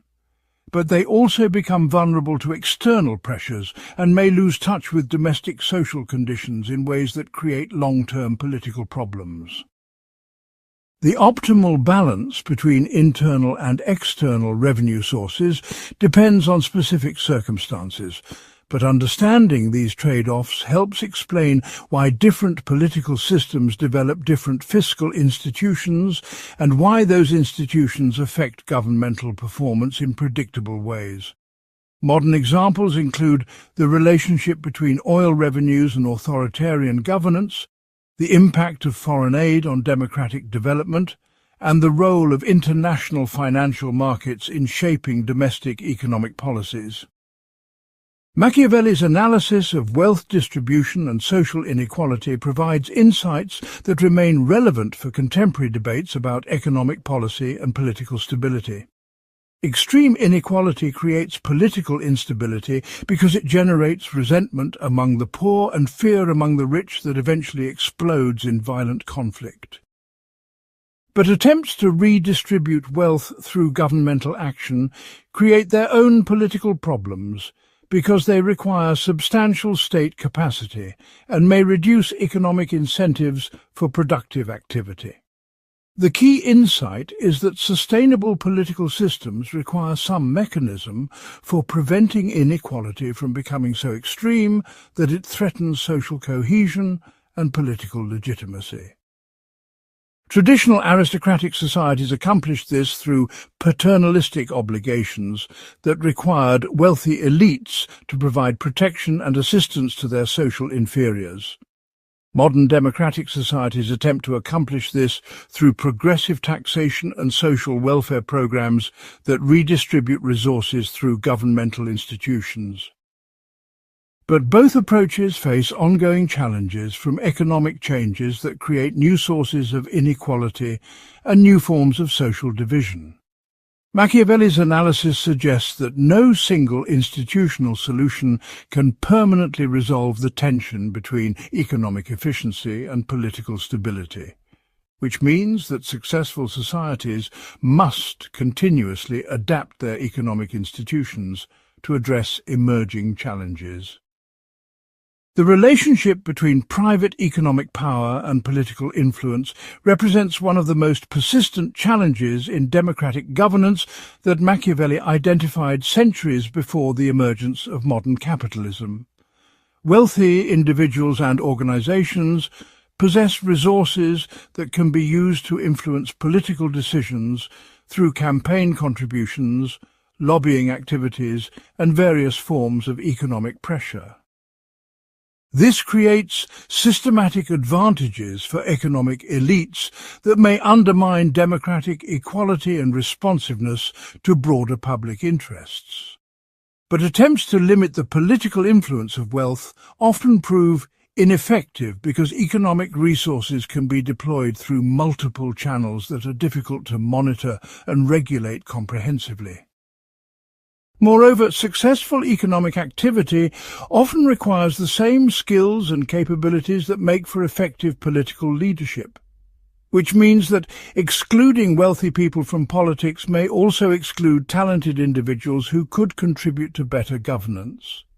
Machiavelli's analysis suggests that the goal should not be to eliminate the political influence of wealth, which is probably impossible, but rather to ensure that economic elites have incentives to use their influence in ways that serve broader public purposes rather than narrow private interests. This requires institutional arrangements that align private incentives with public goods and that provide realistic opportunities for non-wealthy groups to organize effective political opposition when necessary. Modern examples include campaign finance regulations, lobbying disclosure requirements, and various forms of public funding for political activities that help level the playing field between wealthy and non-wealthy political actors. The economic requirements for national defence illustrate how external threats interact with domestic political arrangements to shape fiscal institutions and governmental capabilities. Military security requires substantial ongoing investments in personnel, equipment and infrastructure that compete with other governmental priorities and private consumption for limited resources. Societies that face serious external threats must develop fiscal institutions capable of rapid resource mobilization during emergencies, but maintaining these capabilities during peaceful periods creates ongoing political tensions.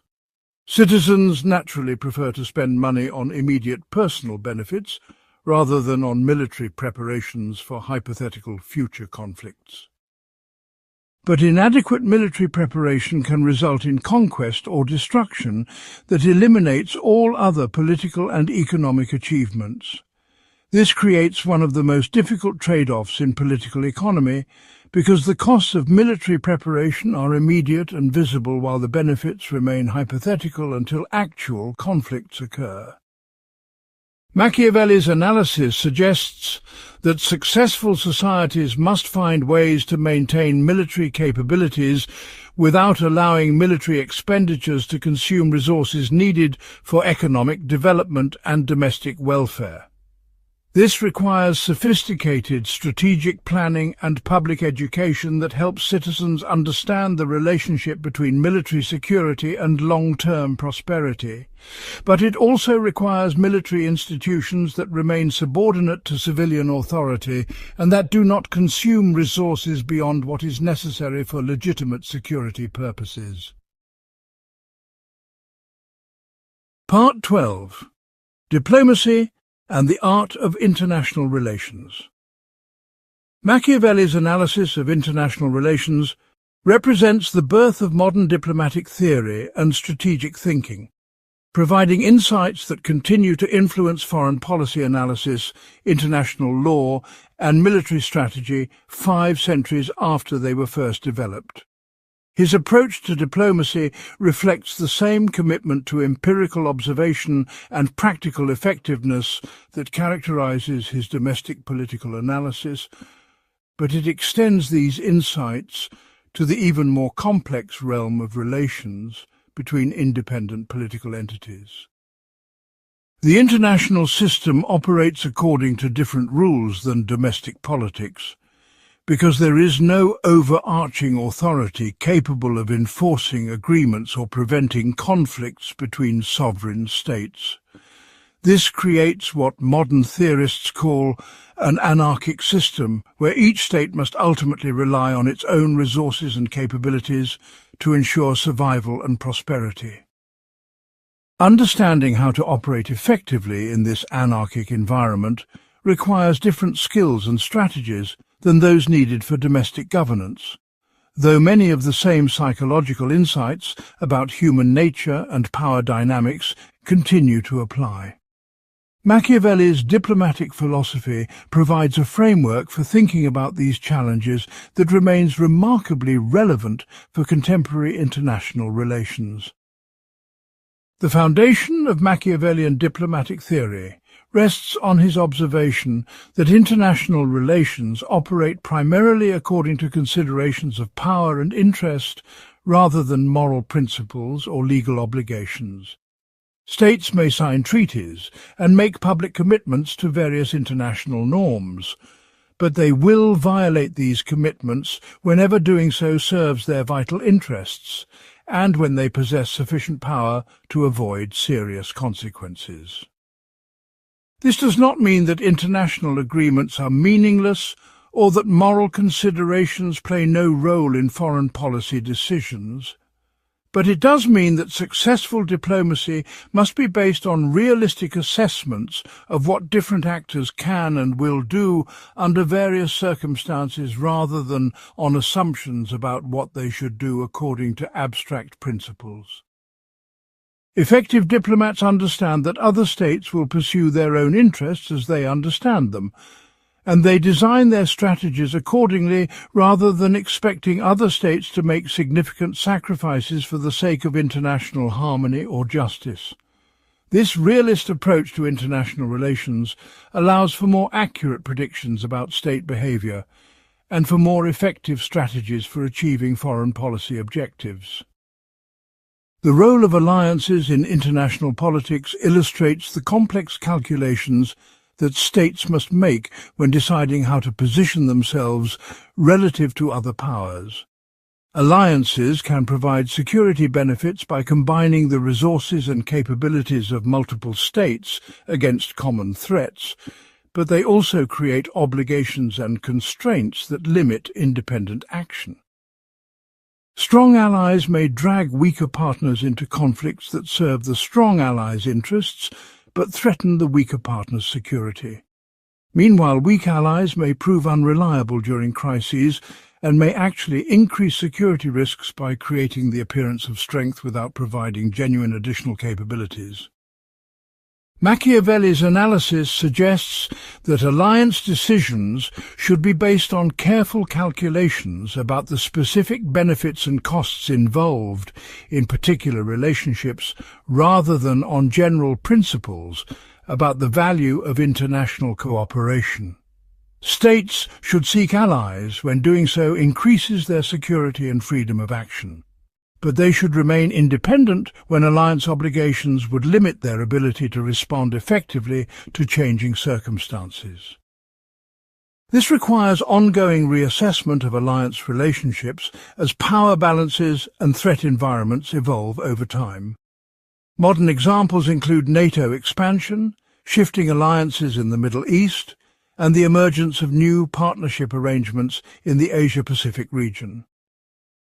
The relationship between military capability and diplomatic effectiveness represents one of the most important insights in Machiavellian international relations theory. Diplomatic negotiations ultimately depend on the underlying balance of power between the parties involved, which means that military weakness severely limits diplomatic options regardless of the skill of negotiators or the justice of particular positions. States that cannot defend themselves effectively will find that other states ignore their diplomatic protests and violate their interests with impunity.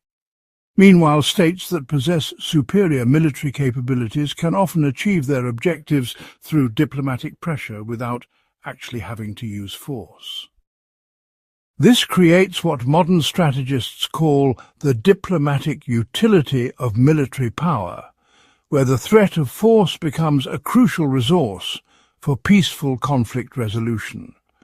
But the relationship between military capability and diplomatic effectiveness is not straightforward, because the credible threat of force requires not just possession of military assets, but also the political will to use them when necessary. States that possess military capabilities but are known to be reluctant to use them may find that their diplomatic influence is limited despite their apparent strength.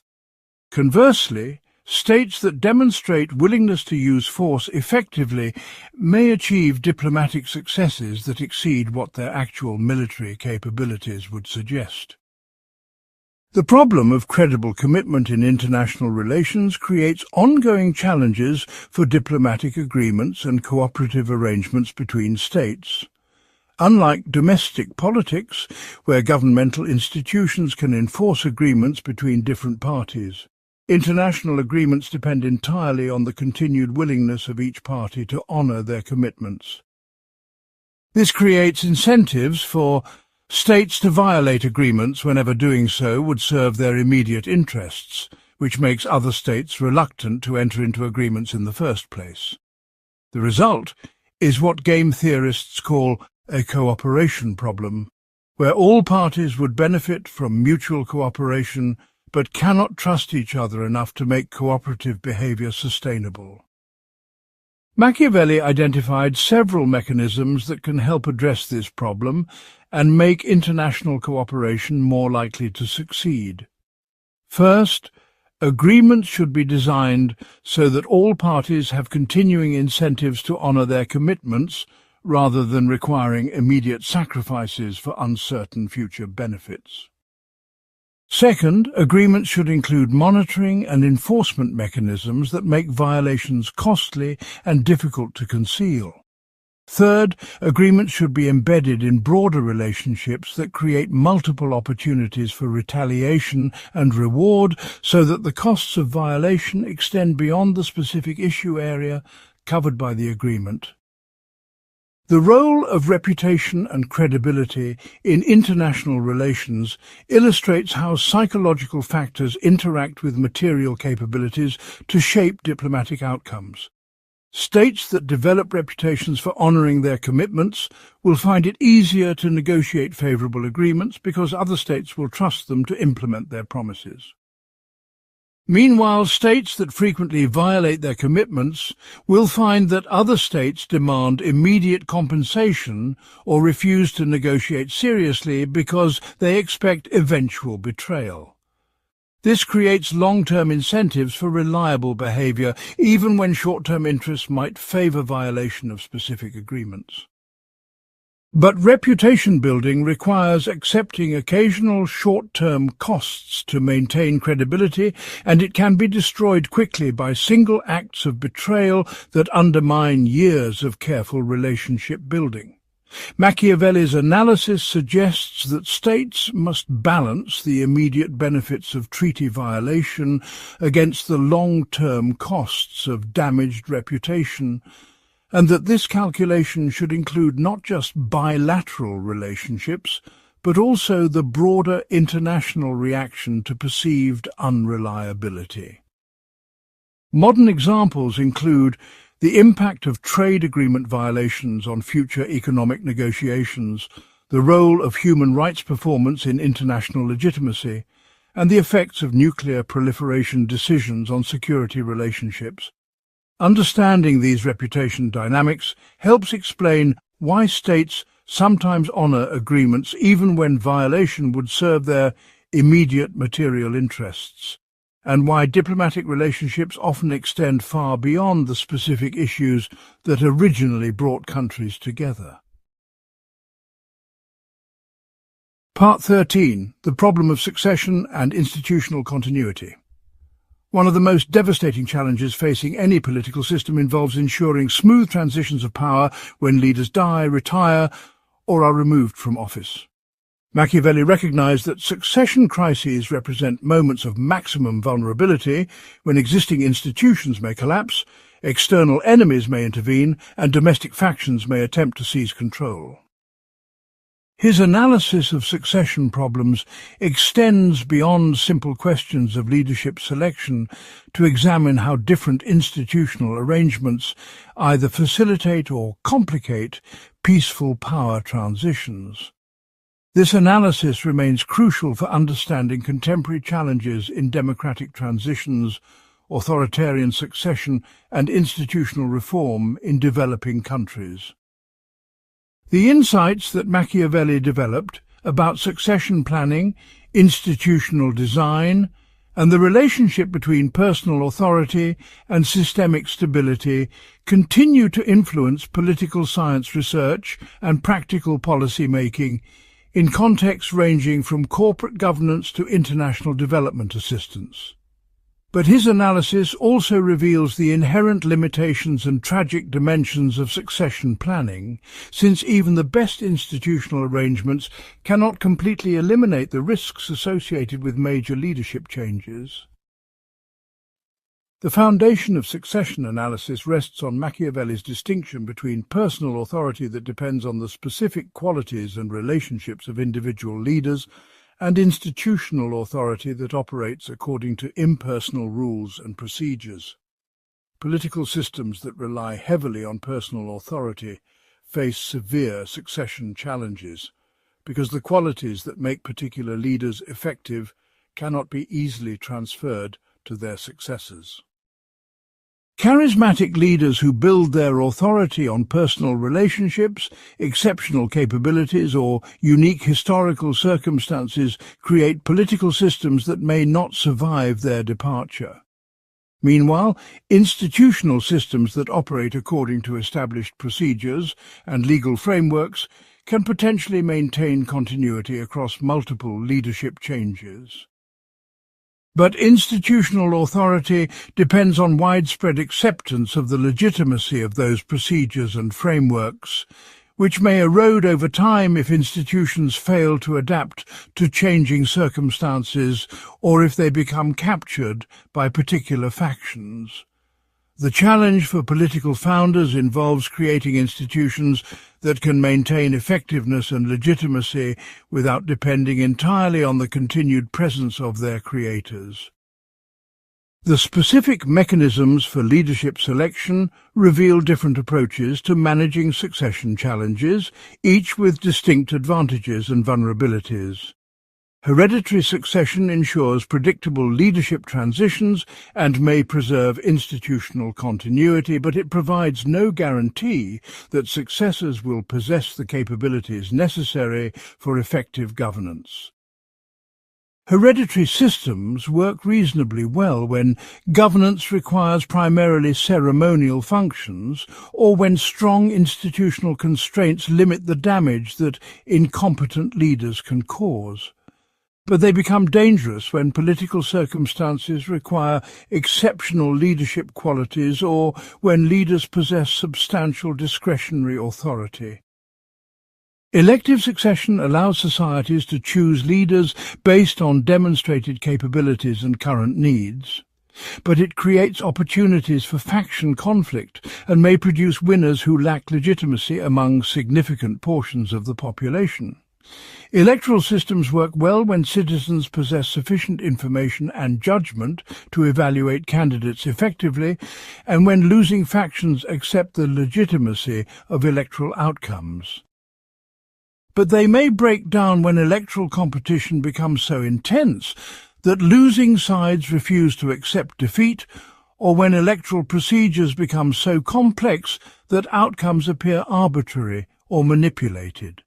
Mixed systems that combine hereditary and elective elements attempt to capture the benefits of both approaches while minimizing their respective weaknesses, but they often create confusion about the sources of legitimate authority. The role of institutional memory and bureaucratic continuity in maintaining governmental effectiveness across leadership transitions illustrates how administrative systems can provide stability that transcends individual political careers. Professional bureaucracies that operate according to established procedures and technical expertise can continue functioning effectively even when political leadership changes frequently or dramatically. This administrative continuity prevents succession crises from disrupting essential governmental services and provides new leaders with institutional resources for implementing their policy priorities. But bureaucratic institutions may also resist necessary changes and may develop interests that conflict with democratically elected leadership. The challenge involves creating administrative systems that provide stability and expertise without becoming unresponsive to legitimate political direction. This requires careful attention to bureaucratic recruitment, training and accountability mechanisms that maintain professional standards while ensuring democratic control. Modern examples include civil service systems, independent regulatory agencies, and various forms of technocratic governance that attempt to insulate certain governmental functions from political interference while maintaining overall democratic accountability. Understanding these dynamics helps explain why some countries experience smooth leadership transitions, while others face institutional collapse during succession crises. The international dimensions of succession problems create additional complications that domestic institutional design cannot address completely. External powers may attempt to influence succession processes to install leaders who will serve their interests rather than those of the domestic population. This external interference can destabilize succession procedures and may create legitimacy problems for new leaders who appear to depend on foreign support rather than domestic consent. Meanwhile, succession crises often create opportunities for international conflicts as neighbouring states attempt to exploit temporary weaknesses or as new leaders seek to demonstrate their strength through aggressive foreign policies. Effective succession planning must therefore consider not just domestic institutional arrangements, but also international relationships and security environments that affect leadership transitions. This may require building international support for legitimate succession procedures and developing security arrangements that deter external interference during vulnerable transition periods. It may also require careful management of foreign policy during leadership changes to avoid creating unnecessary conflicts or appearing weak to potential adversaries. Modern examples include the role of international election monitoring, the impact of economic sanctions on authoritarian transitions, and the security guarantees that external powers sometimes provide during democratic consolidation processes. The psychological dimensions of succession planning involve managing the natural human resistance to acknowledging mortality and relinquishing power that affects both individual leaders and institutional supporters. Successful leaders often develop strong personal attachments to their positions and may find it difficult to prepare seriously for their eventual departure. This psychological resistance can prevent adequate succession planning and may create crises when leaders become incapacitated or die unexpectedly. Meanwhile, supporters of existing leaders may resist succession planning because it acknowledges the temporary nature of their influence and may strengthen potential rivals. Overcoming these psychological obstacles requires institutional arrangements that make succession planning routine and expected rather than exceptional and threatening. This might include term limits that create predictable departure dates, rotation systems that ensure regular leadership changes, or formal training programs that prepare multiple individuals for leadership responsibilities. It also requires cultural norms that celebrate peaceful power transitions and that treat succession planning as a mark of institutional maturity rather than personal weakness. The goal is to create expectations and procedures that make leadership transitions feel natural and beneficial rather than traumatic and dangerous for everyone involved. Part 14. Conspiracy, betrayal, and the management of elite competition. Political leadership inevitably creates enemies and rivals who may resort to conspiracy and violence when they cannot achieve their objectives through normal political processes. Machiavelli's analysis of conspiracy represents one of the most psychologically sophisticated treatments of elite political competition in the history of political thought, examining both the motivations that drive conspiratorial behavior and the defensive strategies that leaders can employ to protect themselves from internal threats. His insights about conspiracy dynamics remain remarkably relevant for understanding contemporary challenges, ranging from military coups to corporate takeovers to terrorist networks. But his analysis goes beyond simple tactical considerations to examine the deeper relationship between political trust, institutional legitimacy, and the psychological foundations of political authority.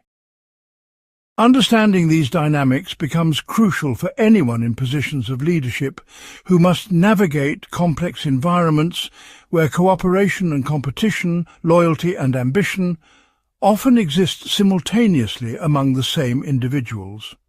The contemporary relevance of Machiavellian conspiracy analysis extends far beyond formal political context to include organizational dynamics in business, military, academic, and social movement contexts where similar patterns of elite competition and potential betrayal operate.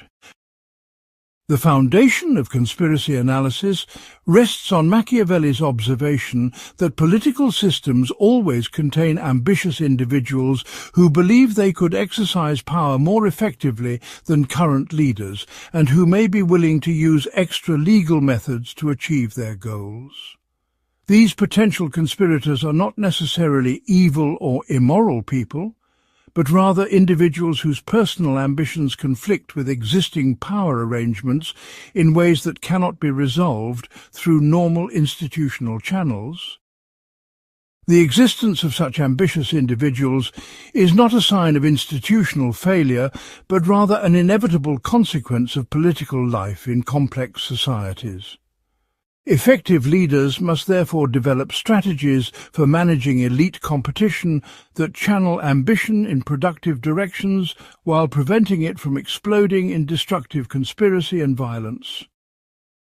This requires sophisticated understanding of the psychological motivations that drive conspiratorial behavior and the social conditions that make conspiracy more or less likely to occur.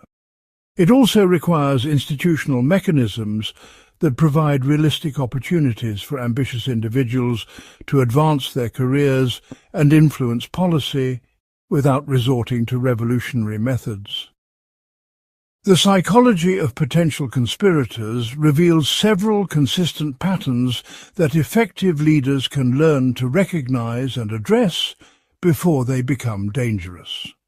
First, conspirators typically believe that they have been unfairly denied recognition or advancement that they deserve based on their capabilities and contributions. This sense of injustice creates resentment that may initially focus on specific policies or decisions, but often evolves into broader opposition to existing leadership. Second, conspirators usually convince themselves that their personal advancement would serve broader public purposes rather than merely private interests. This self-justification allows them to view conspiracy as a patriotic duty rather than as selfish ambition, which reduces psychological barriers to dangerous action. Third, conspirators often underestimate the practical difficulties involved in successful conspiracy and overestimate the popular support they would receive if their efforts succeeded. This combination of moral self-justification and tactical overconfidence creates a psychological profile that leaders can learn to identify and address through appropriate combination of accommodation and deterrence. The goal is not to eliminate ambitious individuals, who often possess valuable talents and energy, but rather to redirect their ambitions towards constructive rather than destructive activities. The social dynamics of conspiracy formation illustrate how individual ambitions interact with broader social conditions to create opportunities for organized opposition to existing authority. Successful conspiracies require coordination among multiple individuals who are willing to risk their lives and fortunes for uncertain benefits. This coordination becomes easier when existing institutions have lost legitimacy among significant portions of the elite population and when potential conspirators believe that their chances of success exceed their risks of failure. Economic crises, military defeats, and visible corruption among current leaders all create conditions that make conspiracy more likely by reducing the costs of opposition and increasing the potential benefits of successful rebellion. Meanwhile, societies with high levels of social trust, effective institutions for managing elite competition, and visible mechanisms for peaceful power transitions experience fewer serious conspiracies because ambitious individuals have realistic alternative pathways for advancement. Understanding these social conditions allows leaders to address the underlying causes of conspiratorial behavior rather than simply reacting to specific threats after they have already emerged. The defensive strategies that Machiavelli recommended for protecting against conspiracy involve a sophisticated combination of institutional design, intelligence gathering, and psychological management that remains relevant for contemporary security analysis. First, leaders should develop multiple independent sources of information about elite attitudes and activities so that they can identify potential threats before they become organized and dangerous. This intelligence function requires careful balance between necessary security measures and excessive surveillance that creates resentment and undermines trust among loyal supporters. Second, leaders should maintain sufficient military and security capabilities to deter conspiracy attempts and to respond effectively when deterrence fails. But these capabilities must remain under reliable command and control structures that prevent security institutions themselves from becoming sources of conspiratorial threat. Third, leaders should design political institutions that provide realistic opportunities for ambitious individuals to advance their careers and influence policy through peaceful means rather than forcing them to choose between permanent subordination and dangerous rebellion. This might include regular leadership rotation, merit-based advancement systems, and advisory mechanisms that allow potential rivals to contribute their talents to governmental decision-making. The goal is to create institutional environments where cooperation serves individual ambitions better than conspiracy does. The aftermath of conspiracy attempts, whether successful or unsuccessful, creates ongoing challenges for political stability and institutional legitimacy that require careful management to prevent cycles of revenge and counter-conspiracy. Leaders who survive conspiracy attempts often become more suspicious and authoritarian in their subsequent behaviour, which may alienate previously loyal supporters and create conditions for future conspiracy attempts. Meanwhile, harsh punishment of failed conspirators may create martyrs and inspire additional opposition, while lenient treatment may be interpreted as weakness that encourages further challenges. The optimal response depends on specific circumstances, but it typically requires demonstration that conspiracy attempts will fail while providing realistic opportunities for reconciliation and reintegration of opposition elements that are willing to accept peaceful political competition. This balance between firmness and mercy requires exceptional political judgment and may involve difficult decisions about individual cases that set precedents for future situations. Modern examples include truth and reconciliation processes, amnesty programs for former rebels, and various forms of power-sharing arrangements that attempt to channel previous opposition into constructive political participation. Understanding these dynamics helps explain why some political systems develop stable patterns of peaceful competition, while others experience recurring cycles of conspiracy, repression, and counter-conspiracy that undermine institutional development and economic progress. The goal is not to eliminate political competition, which is both impossible and undesirable, but rather to ensure that competition operates according to rules that strengthen rather than destroy the overall political system. Part 15. The Role of Law in Political Order. Machiavelli's analysis of law reveals a sophisticated understanding of the relationship between legal institutions and political power that challenges both naive legalism and crude authoritarianism. Unlike traditional approaches that treat law as either a source of eternal moral truth or as simply the command of whoever holds power, Machiavellian legal theory examines how legal institutions interact with other political forces to create stability, legitimacy, and effective governance. His insights about the political functions of law, the relationship between legal and extra-legal authority, and the conditions under which legal institutions strengthen or weaken political order continue to influence constitutional theory, comparative legal studies, and debates about the rule of law in developing countries. But his analysis also reveals the inherent limitations of purely legal approaches to political problems and demonstrates why effective governance requires more than simply establishing good laws and expecting them to enforce themselves.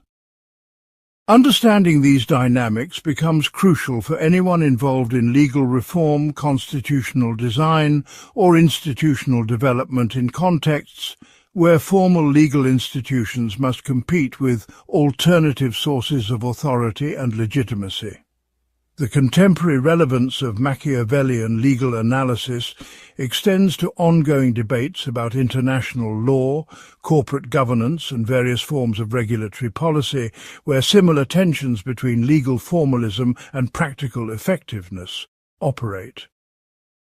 The foundation of Machiavellian legal theory rests on his observation that legal institutions derive their effectiveness not from their moral authority or logical consistency, but from their relationship to underlying patterns of political power and social acceptance.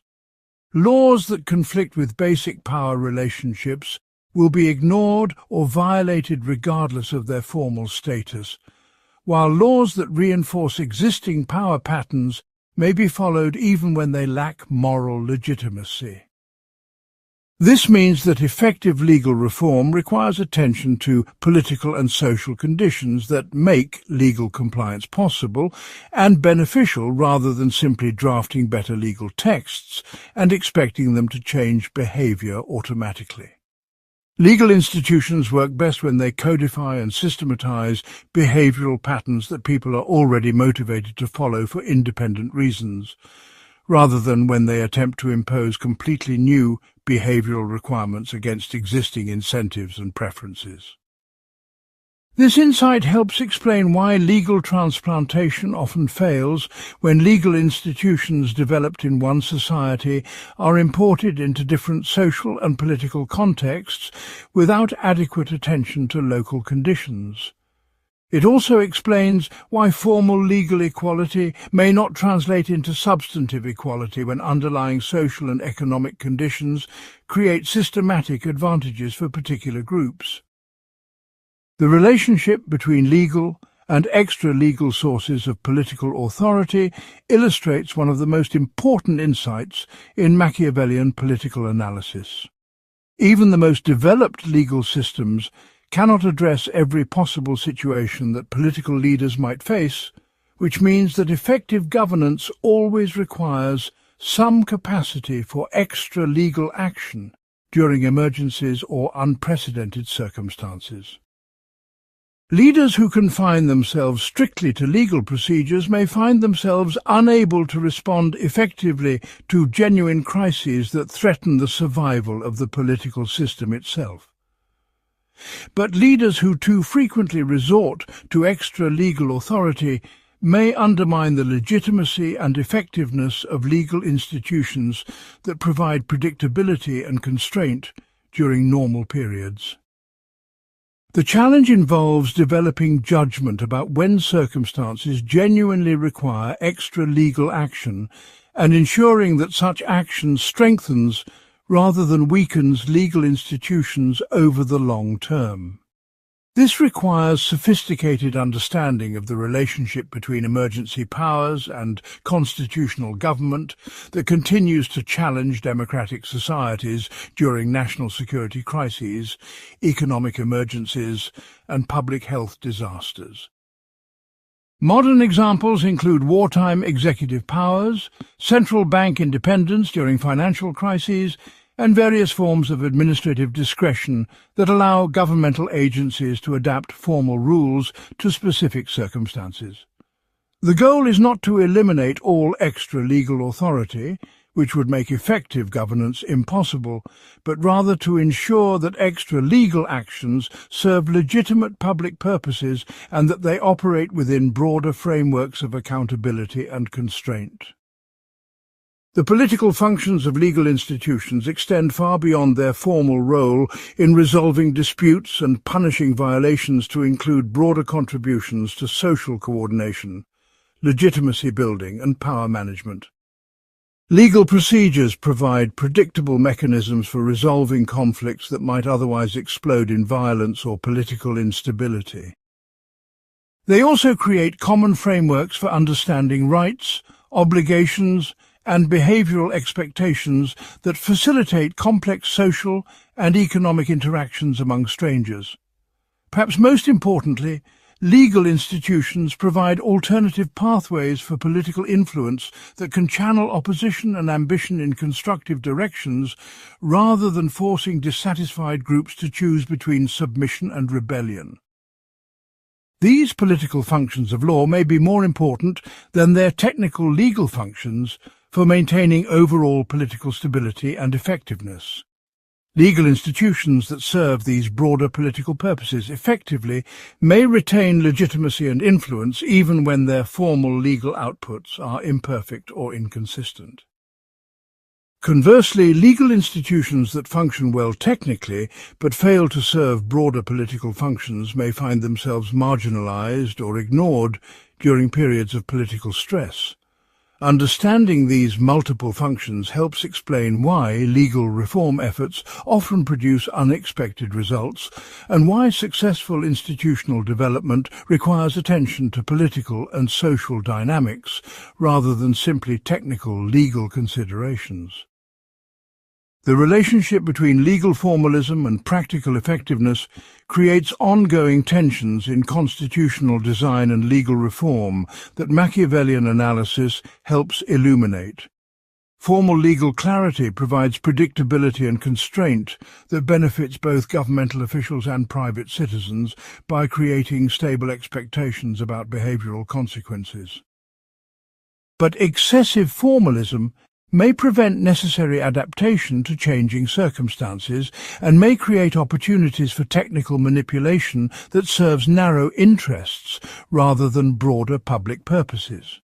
Meanwhile, flexible legal standards that allow adaptation to specific circumstances may provide better practical outcomes, but may also create uncertainty and opportunities for arbitrary action that undermine legal legitimacy. The optimal balance between formalism and flexibility depends on specific contexts and institutional capabilities, but it always involves trade-offs between different values and objectives that cannot be reconciled perfectly. Modern examples include debates about constitutional interpretation, administrative law standards, and international legal frameworks that must accommodate diverse national legal systems and political cultures. Machiavellian analysis suggests that these tensions cannot be resolved through purely legal reasoning, but require ongoing political judgment about how legal institutions can best serve broader purposes of effective governance and social cooperation. The goal is not to achieve perfect legal systems, which is impossible, but rather to design legal institutions that work well enough to support other political and social institutions while adapting to changing circumstances over time. The enforcement dimension of legal effectiveness reveals how legal institutions depend on broader political and social systems for their practical impact on behavior. Laws without enforcement are merely suggestions that may be ignored when compliance conflicts with individual interests or social pressures. But enforcement requires institutional capabilities and political will that may not exist independently of the legal system itself, creating potential circular dependencies where legal effectiveness depends on political conditions that legal institutions are supposed to create. This enforcement challenge becomes particularly acute in contexts where state capacity is limited, where social norms conflict with legal requirements, or where legal institutions lack legitimacy among significant portions of the population. Effective legal systems must therefore develop enforcement strategies that work within existing political and social constraints, while gradually building the institutional capabilities necessary for more comprehensive legal compliance over time. This might involve selective enforcement that focuses on the most important legal requirements, graduated sanctions that provide incentives for voluntary compliance, or various forms of community-based enforcement that harness social pressures to support legal objectives. Modern examples include community policing programs, regulatory approaches that emphasize cooperation rather than punishment, and international legal regimes that rely primarily on reputation and reciprocity rather than centralized enforcement mechanisms.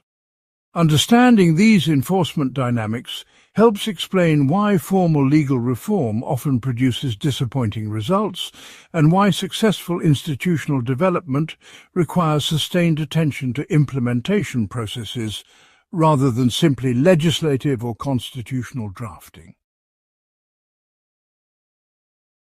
Part 16.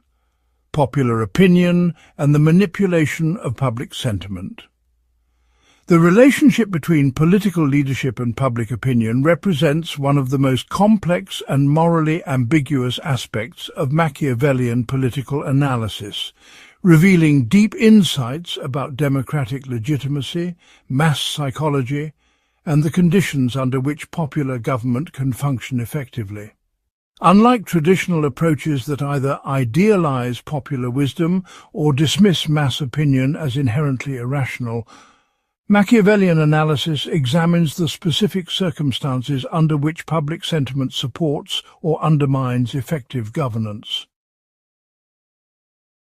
His insights about crowd psychology, political communication, and the manipulation of public opinion anticipate modern theories of media influence, electoral behaviour and propaganda that remain central to contemporary political science and democratic theory. But his analysis also raises disturbing questions about the compatibility between honest government and popular support that continue to challenge democratic societies around the world. Understanding these dynamics becomes crucial for anyone involved in democratic politics, whether as leaders, activists or citizens who must navigate the tension between responsive governance and effective governance in complex modern societies. The contemporary relevance of Machiavellian opinion analysis extends to ongoing debates about social media, political polarization, and various forms of information warfare that exploit the same psychological mechanisms that he identified centuries ago. The foundation of Machiavellian opinion analysis rests on his observation that popular political judgment operates according to different psychological mechanisms than expert analysis or individual decision-making. Large groups of people respond primarily to immediate, visible and emotionally compelling information rather than to complex arguments about long-term consequences or technical policy details. This means that effective political communication must appeal to popular psychological tendencies, rather than assuming that citizens will engage in the kind of careful deliberation that democratic theory often assumes. Popular opinion tends to be volatile, responding quickly to dramatic events, but losing interest when problems become routine or when solutions require sustained effort without immediate visible results. It also tends to be retrospective, evaluating leaders based on outcomes rather than intentions, and attributing complex social phenomena to simple, causal explanations that may or may not reflect actual reality.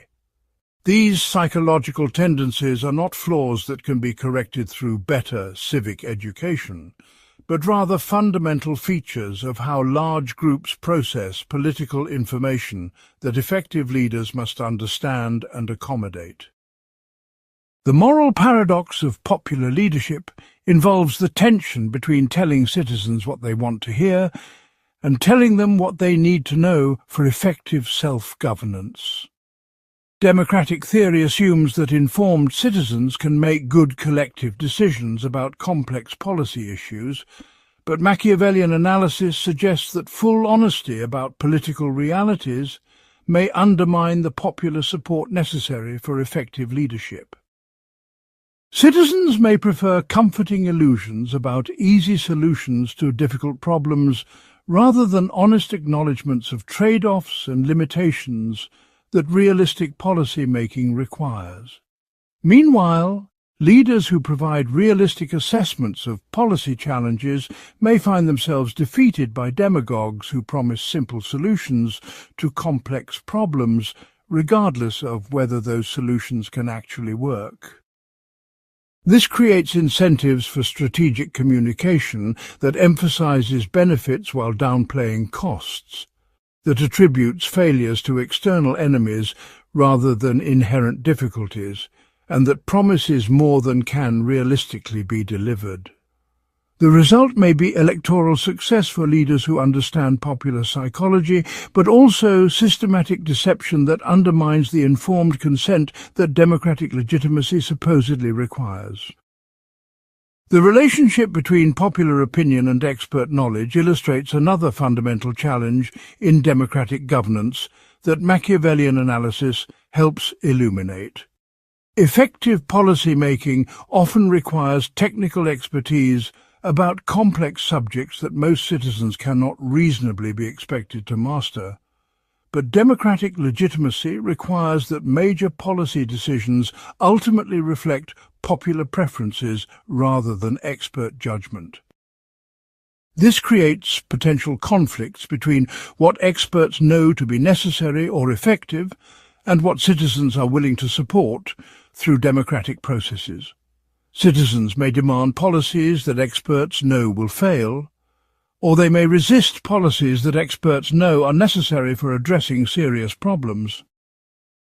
Democratic leaders must therefore develop strategies for building popular support for expert-recommended policies without appearing to ignore or manipulate democratic opinion.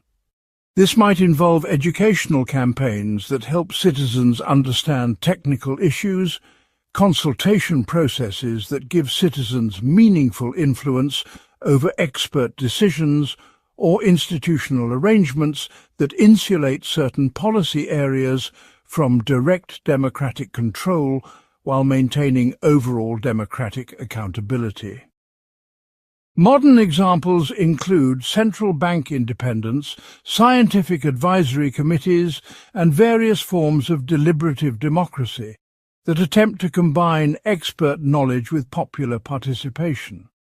The goal is not to eliminate either popular influence or expert input, but rather to find institutional arrangements that allow both to contribute effectively to policy-making processes. The strategic dimensions of opinion management reveal how skilled political leaders can shape popular sentiment to support necessary policies while maintaining democratic legitimacy and avoiding outright deception.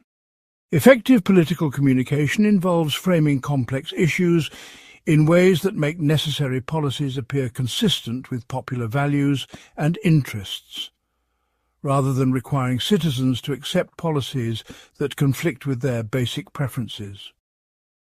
This might involve emphasizing certain aspects of policy proposals while de-emphasizing others, connecting policy arguments to widely shared values and experiences, or timing policy announcements to take advantage of favorable political circumstances. It might also involve building coalitions that demonstrate popular support for particular policies, creating visible policy successes that build credibility for more ambitious proposals, or gradually introducing controversial ideas through incremental steps that allow public opinion to adjust over time. These strategic approaches require sophisticated understanding of popular psychology and considerable political skill, but they allow democratic leaders to govern effectively without systematically deceiving their constituents. The key insight is that honest governance does not require complete transparency about every aspect of policy-making, but rather requires ensuring that popular consent is based on adequate understanding of fundamental choices and trade-offs, rather than on false premises or impossible promises. The institutional mechanisms for managing the relationship between leadership and opinion include various forms of representation, consultation, and accountability that attempt to balance responsiveness with effectiveness in democratic governance. Direct democracy through referendums and initiatives allows citizens to make policy decisions directly, but may produce outcomes that reflect temporary emotions rather than sustained deliberation about complex issues. Representative democracy through elected officials provides some insulation from popular volatility while maintaining democratic accountability, but it may create gaps between popular preferences and actual policy outcomes that undermine legitimacy. Various forms of deliberative democracy attempt to combine popular participation with structured discussion that improves the quality of democratic decision-making, but they may be too complex and time-consuming for routine policy-making. The optimal institutional arrangements depend on specific circumstances and policy areas, but they typically involve multiple mechanisms that provide different pathways for popular influence, while ensuring that democratic processes produce workable policy outcomes. Modern examples include citizen advisory committees, public comment processes for regulatory decisions, and various forms of participatory budgeting that give citizens direct influence over specific governmental decisions. Understanding these institutional options helps explain why some democratic societies manage the relationship between leadership and opinion more successfully than others, and why democratic governance requires ongoing institutional innovation rather than simply implementing fixed democratic procedures. The goal is not to achieve perfect alignment between popular opinion and policy outcomes, which is probably impossible in complex societies, but rather to ensure that democratic processes provide sufficient popular influence to maintain legitimacy while producing policy outcomes that actually address serious social problems effectively. Part 17. The Geography of Power, Territory, Borders and Strategic Space. The spatial dimensions of political power represent a crucial but often overlooked aspect of Machiavellian analysis that connects domestic governance to international relations, military strategy and economic development in ways that remain highly relevant for contemporary political analysis. Unlike approaches that treat territory simply as a backdrop for political action, Machiavellian geographical analysis examines how spatial factors shape political possibilities, create strategic advantages and vulnerabilities, and influence the effectiveness of different governmental approaches. His insights about territorial control, border management, and the relationship between geography and political institutions anticipate modern theories of geopolitics, regional development, and spatial economics that continue to influence military planning, international relations, and domestic policy analysis. But his analysis also reveals how geographical factors interact with human institutions and technological capabilities to create constantly evolving strategic environments that require adaptive responses from political leaders. Understanding these geographical dimensions becomes crucial for anyone involved in national security planning, regional development or international relations, where spatial factors create both opportunities and constraints that affect political outcomes. The contemporary relevance of Machiavellian geographical analysis extends to ongoing debates about globalization, climate change and technological disruption that are altering traditional relationships between territory and political power in ways that require new forms of strategic thinking. The foundation of Machiavellian geographical analysis rests on his observation that territorial control represents the most fundamental requirement for political authority, but that effective territorial control requires more than simply occupying physical space. Political territories must be defended against external threats, administered through governmental institutions, and integrated economically and culturally to create genuine political communities rather than merely occupied zones. These requirements create different challenges depending on geographical characteristics, such as size, shape, topography, climate, natural resources, and location relative to other political entities. Small territories may be easier to defend and administer, but may lack the resources necessary for political independence, while large territories may possess greater resources but may be more difficult to integrate and defend effectively. Geographical features, such as mountains, rivers and coastlines, create natural boundaries that may facilitate defense and administration, but they may also create internal divisions that complicate political integration.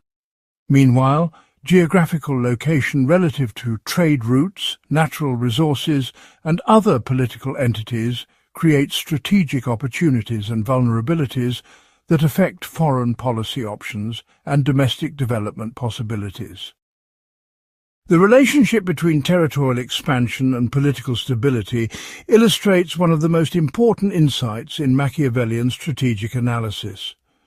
Territorial expansion can provide access to additional resources, eliminate external threats, and demonstrate governmental strength in ways that build domestic legitimacy and international prestige. But expansion also creates new administrative burdens, defense obligations, and potential sources of conflict that may exceed the benefits of additional territory. The optimal territorial size for any political entity depends on its institutional capabilities, available technology, and strategic environment, rather than on abstract principles about expansion or isolation.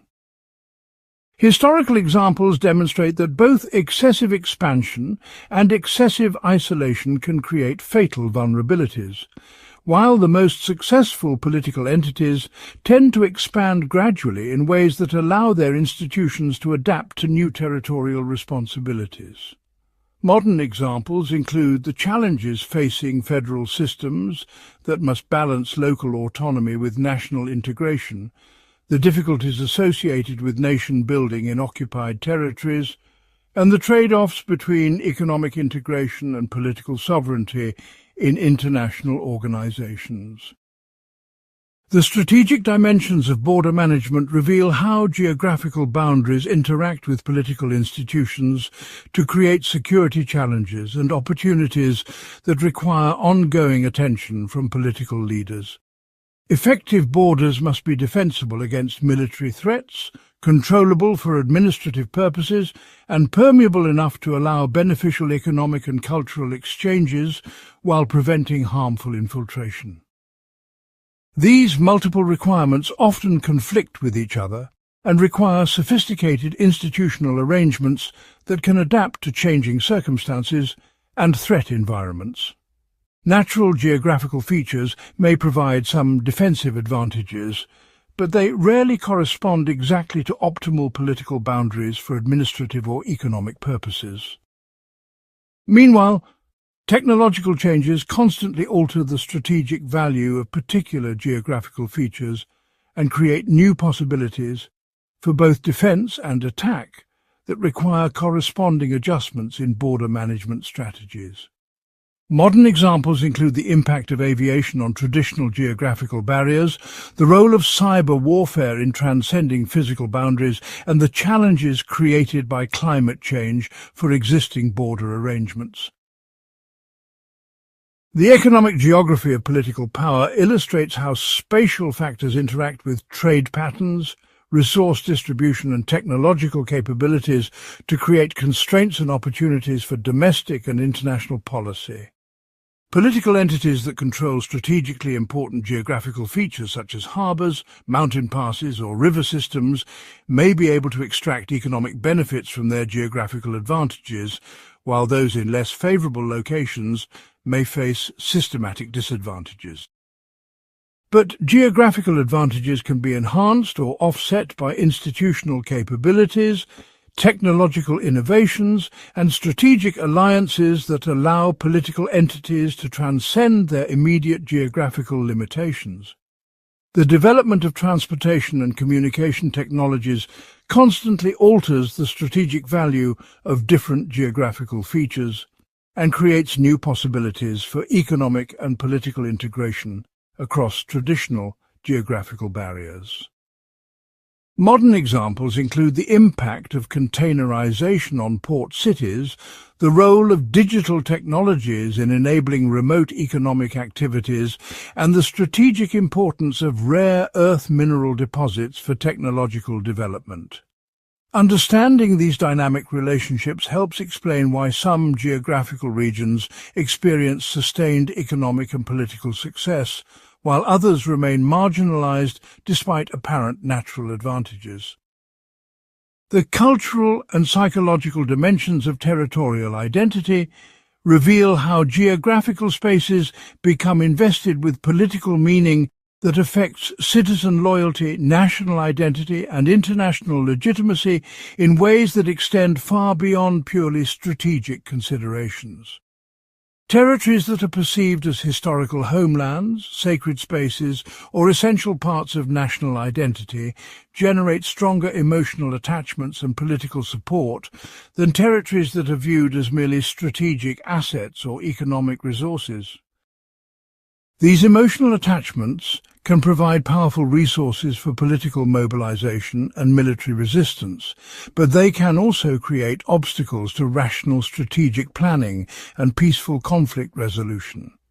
Meanwhile, territories with diverse populations, contested historical claims, or weak cultural integration, may require different governmental approaches than territories with homogeneous populations and strong shared identities.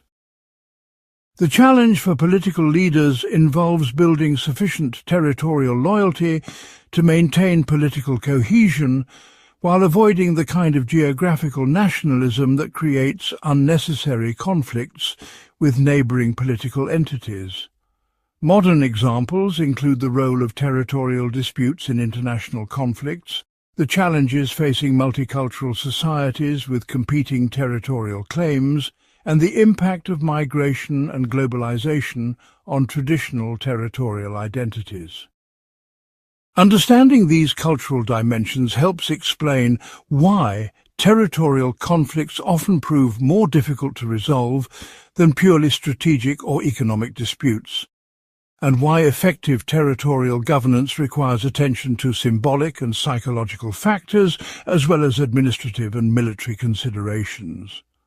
The goal is not to eliminate territorial attachments, which provide important sources of political identity and social cohesion, but rather to manage them in ways that strengthen political communities while avoiding destructive conflicts over geographical boundaries. Part 18. Corruption and the Decay of Political Virtue. The analysis of political corruption represents one of Machiavelli's most sophisticated contributions to understanding how political systems degenerate over time and lose the capacity for effective governance. Unlike approaches that treat corruption simply as individual moral failure or criminal behavior, Machiavellian corruption analysis examines the systemic conditions that make corrupt behavior rational and profitable for political actors. His insights about the relationship between institutional design, social conditions, and corrupt incentives continue to influence contemporary research on governance quality, economic development, and democratic consolidation around the world. But his analysis also reveals why corruption problems cannot be solved simply through better laws or moral education, since corruption often represents a symptom of deeper institutional failures that require more fundamental reforms. Understanding these dynamics becomes crucial for anyone involved in institutional reform, economic development, or anti-corruption efforts in contexts where existing institutions have become captured by particular interests or where social conditions make honest governance difficult to sustain. The contemporary relevance of Machiavellian corruption analysis extends to ongoing challenges in both developed and developing countries, where various forms of political corruption continue to undermine governmental effectiveness and democratic legitimacy. The foundation of Machiavellian corruption analysis rests on his distinction between individual corruption that involves specific acts of dishonesty or abuse of power and systemic corruption that involves the breakdown of institutional norms and procedures that normally constrain self-interested behavior. Individual corruption can occur in any political system and may be addressed through better monitoring, enforcement, and punishment of specific violations. But systemic corruption involves the erosion of shared expectations about appropriate behavior that makes corrupt practices normal and expected rather than exceptional and punishable. When corruption becomes systemic, honest behavior becomes disadvantageous because those who follow official rules and procedures find themselves unable to compete effectively with those who ignore institutional constraints. This creates what economists call a corruption equilibrium, where everyone has incentives to engage in corrupt behavior regardless of their personal moral preferences. Breaking out of corruption equilibria requires coordinated changes in institutional arrangements, enforcement mechanisms, and social expectations that go far beyond prosecuting individual corrupt actors. The relationship between economic inequality and political corruption illustrates how social conditions interact with institutional design to create environments that either support or undermine honest governance. Extreme economic inequality creates incentives for wealthy individuals and organizations to purchase political influence through various forms of corruption, while it also creates incentives for poorly paid public officials to supplement their incomes through corrupt practices. Meanwhile, economic inequality may reduce the political influence of middle-class groups, who typically provide the strongest constituency for honest government and institutional reform. When economic elites can achieve their policy objectives through corruption rather than through democratic processes, they have little incentive to support institutional reforms that would make government more responsive to broader public interests. Similarly, when public officials cannot support their families on official salaries, they may view corrupt practices as necessary survival strategies rather than as moral failures. Addressing systemic corruption, therefore, requires attention to underlying economic conditions, as well as to formal institutional arrangements and enforcement mechanisms. Modern examples include the relationship between natural resource wealth and governance quality, the impact of globalization on regulatory capture, and the role of economic development in supporting democratic consolidation. Understanding these relationships helps explain why anti-corruption efforts often fail when they focus exclusively on law enforcement rather than addressing broader social and economic conditions that make corruption rational and profitable. The institutional mechanisms that either facilitate or constrain corrupt behavior reveal how different governmental arrangements create different incentives for honest versus dishonest conduct among public officials. Institutions that concentrate power in few hands without effective oversight create opportunities for corruption, while institutions that distribute power among multiple actors with conflicting interests create natural checks against corrupt behavior. But excessive fragmentation of authority may also create corruption opportunities by making it difficult to assign responsibility for specific decisions and by creating multiple veto points that corrupt actors can exploit. The optimal institutional arrangements depend on broader social conditions, technological capabilities, and cultural norms that affect how different institutional designs function in practice. Transparency mechanisms that provide public access to governmental information can help constrain corruption by making corrupt behavior more visible and politically costly. But transparency alone may not be sufficient when civil society lacks the capacity to monitor government effectively, or when media institutions are themselves corrupted. Similarly, competitive elections can provide incentives for honest government by allowing voters to punish corrupt officials, but electoral competition may also create incentives for campaign finance violations and other forms of political corruption when campaign costs exceed the resources that candidates can raise through legitimate means. The international dimensions of corruption create additional challenges for anti-corruption efforts that domestic institutional reforms alone cannot address effectively. Globalization has created opportunities for corrupt actors to hide assets in foreign jurisdictions, to use international financial systems to launder corrupt proceeds, and to exploit differences between national legal systems to avoid prosecution.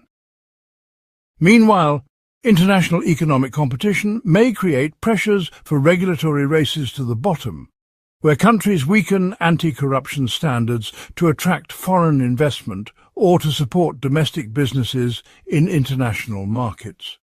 Multinational corporations may engage in corrupt practices in countries with weak governance while maintaining clean reputations in their home countries, creating double standards that undermine global anti-corruption efforts. Addressing these international dimensions requires coordination among multiple countries and international organizations that may have conflicting interests and different approaches to corruption control. Modern examples include international efforts to combat money laundering, tax avoidance, and bribery in international business transactions that require complex multilateral cooperation and enforcement mechanisms. The cultural and psychological dimensions of corruption reveal how social norms and individual attitudes interact with institutional arrangements to create environments that either support or undermine honest governance.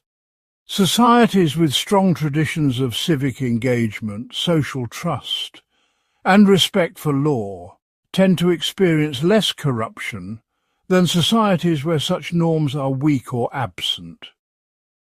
But cultural norms can change over time in response to institutional experiences and social conditions, which means that corruption problems can become self-reinforcing as corrupt practices undermine social trust and civic engagement. Similarly, individual attitudes toward corruption may depend on perceptions of fairness, effectiveness, and legitimacy in governmental institutions rather than simply on abstract moral principles. People who believe that governmental institutions serve only elite interests may view corruption as acceptable or even justified, while people who believe that institutions serve broader public purposes may be more willing to support anti-corruption efforts. This suggests that anti-corruption strategies must address issues of political legitimacy and institutional performance, as well as specific corrupt practices, if they hope to achieve sustainable improvements in governance quality. The goal is not simply to eliminate corrupt behavior, which may be impossible in complex societies, but rather to create institutional environments where honest behavior serves individual interests, while corrupt behavior carries sufficient costs to discourage systematic abuse of public office. This requires ongoing attention to institutional maintenance and renewal, rather than simply establishing anti-corruption laws and assuming they will enforce themselves automatically. Part 19. The relationship between knowledge and power. The intersection of intellectual authority and political authority represents one of the most complex and enduring challenges in political life that Machiavelli analyzed with characteristic realism and psychological insight. Unlike traditional approaches that either subordinate politics to philosophical truth or dismiss intellectual considerations as irrelevant to practical governance, Machiavellian analysis examines how different types of knowledge interact with political power to create both opportunities and dangers for effective leadership. His insights about the political utility of expertise, the limitations of theoretical knowledge, and the relationship between intellectual independence and political effectiveness continue to influence debates about technocratic governance, scientific advice in policymaking, and the role of universities in democratic societies. But his analysis also reveals why purely intellectual approaches to political problems often fail, and why successful political leadership requires different capabilities than those that generate intellectual achievement. Understanding these dynamics becomes crucial for anyone involved in policy making, academic research, or various forms of expertise that aim to influence political decisions in complex modern societies. The contemporary relevance of Machiavellian knowledge analysis extends to ongoing debates about evidence-based policy, artificial intelligence in governance, and various forms of information warfare that exploit the same tensions between intellectual authority and popular legitimacy that he identified centuries ago. The foundation of Machiavellian knowledge analysis rests on his distinction between speculative knowledge that seeks truth for its own sake and practical knowledge that seeks effective action in specific circumstances.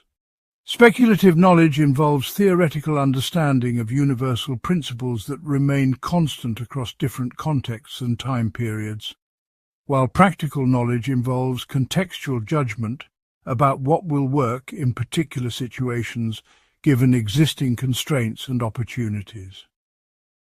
Both types of knowledge provide valuable resources for political decision-making, but they operate according to different criteria and may generate conflicting recommendations about appropriate action.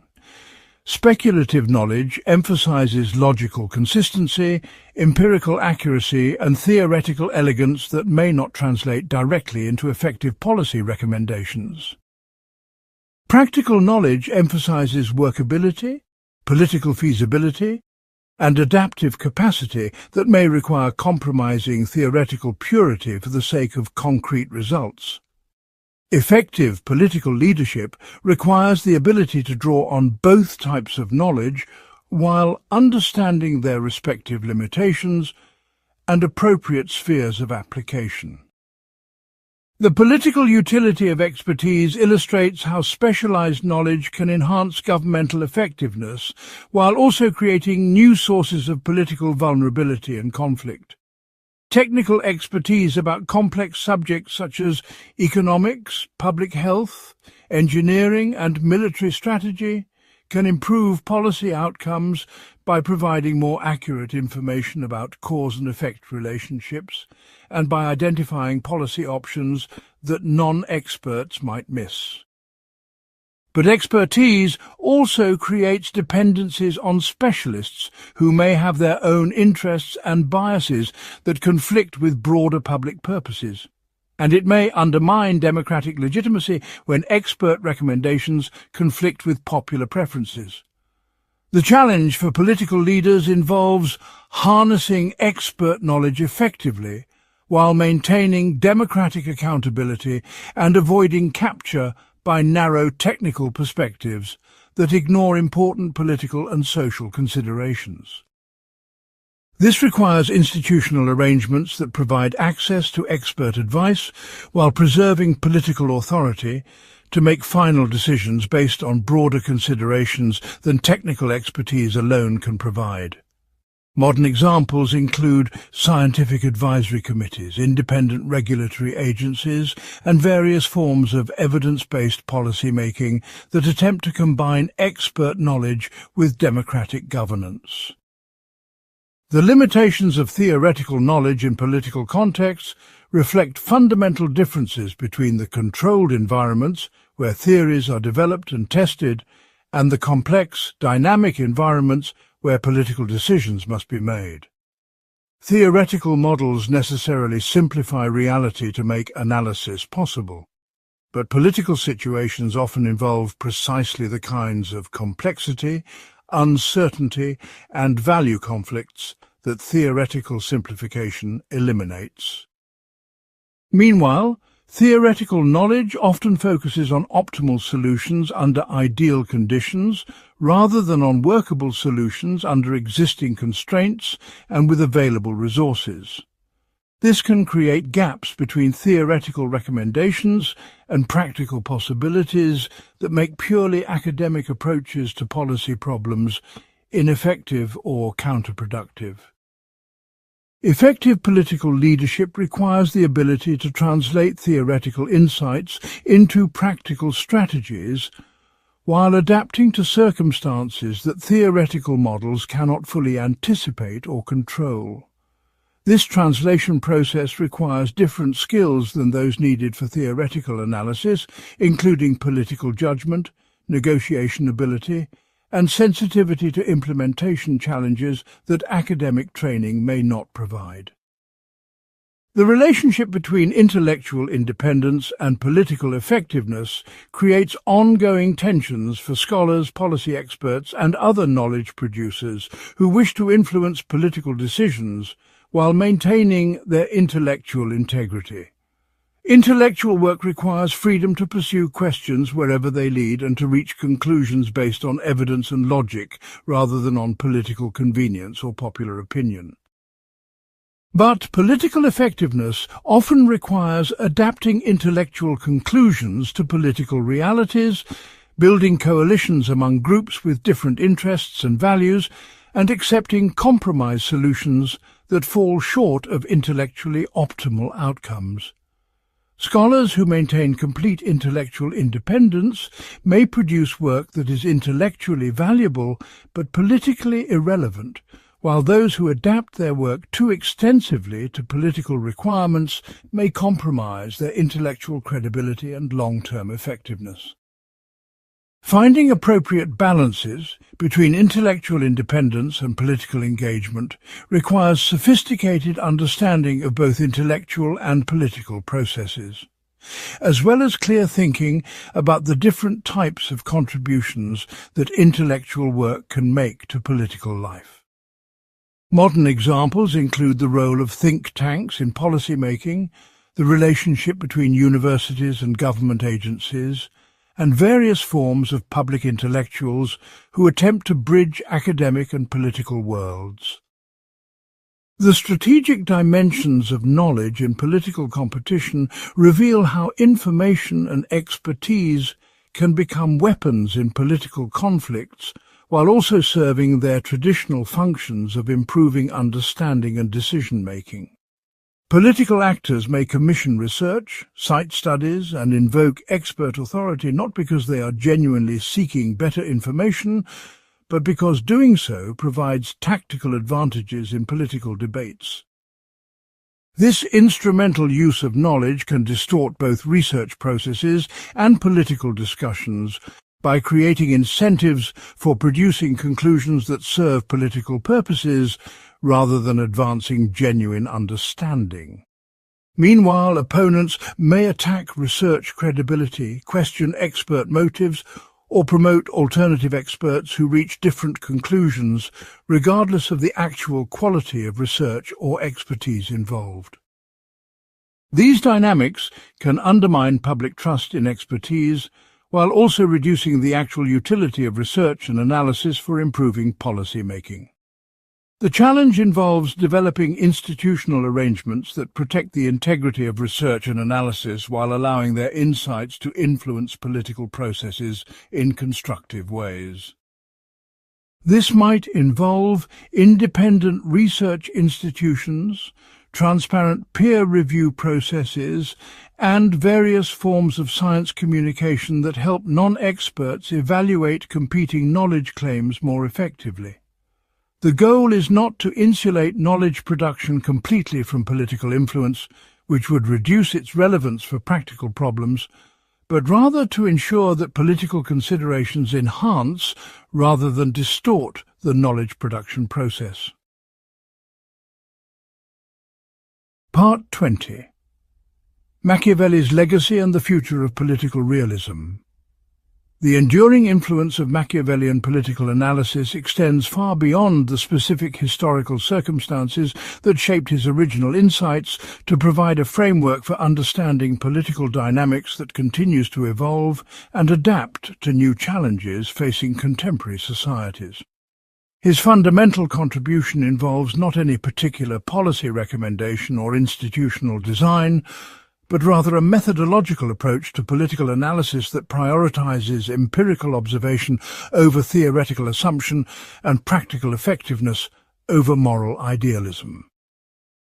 This methodological legacy has influenced fields ranging from international relations theory to organizational psychology to strategic management, creating intellectual tools that remain relevant across different historical periods and cultural contexts. But his legacy also includes unresolved tensions and ongoing debates about the relationship between political effectiveness and moral legitimacy that continue to challenge democratic societies around the world. Understanding this legacy becomes crucial for anyone seeking to apply Machiavellian insights to contemporary political challenges while avoiding the dangers of crude manipulation or amoral pragmatism that have sometimes been associated with his approach.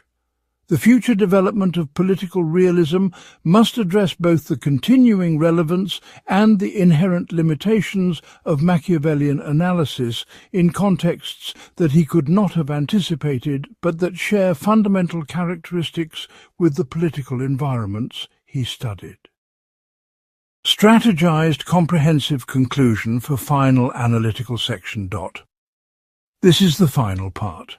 So I need to make sure it provides a comprehensive conclusion that ties together all the major themes while also looking forward to contemporary applications and future developments. Let me structure this to cover the methodological legacy and core insights, contemporary applications and relevance, unresolved tensions and criticisms, future developments and adaptations, final assessment of the enduring significance I need to maintain the same depth, format, and pause gap structure while providing a satisfying conclusion to the entire analysis.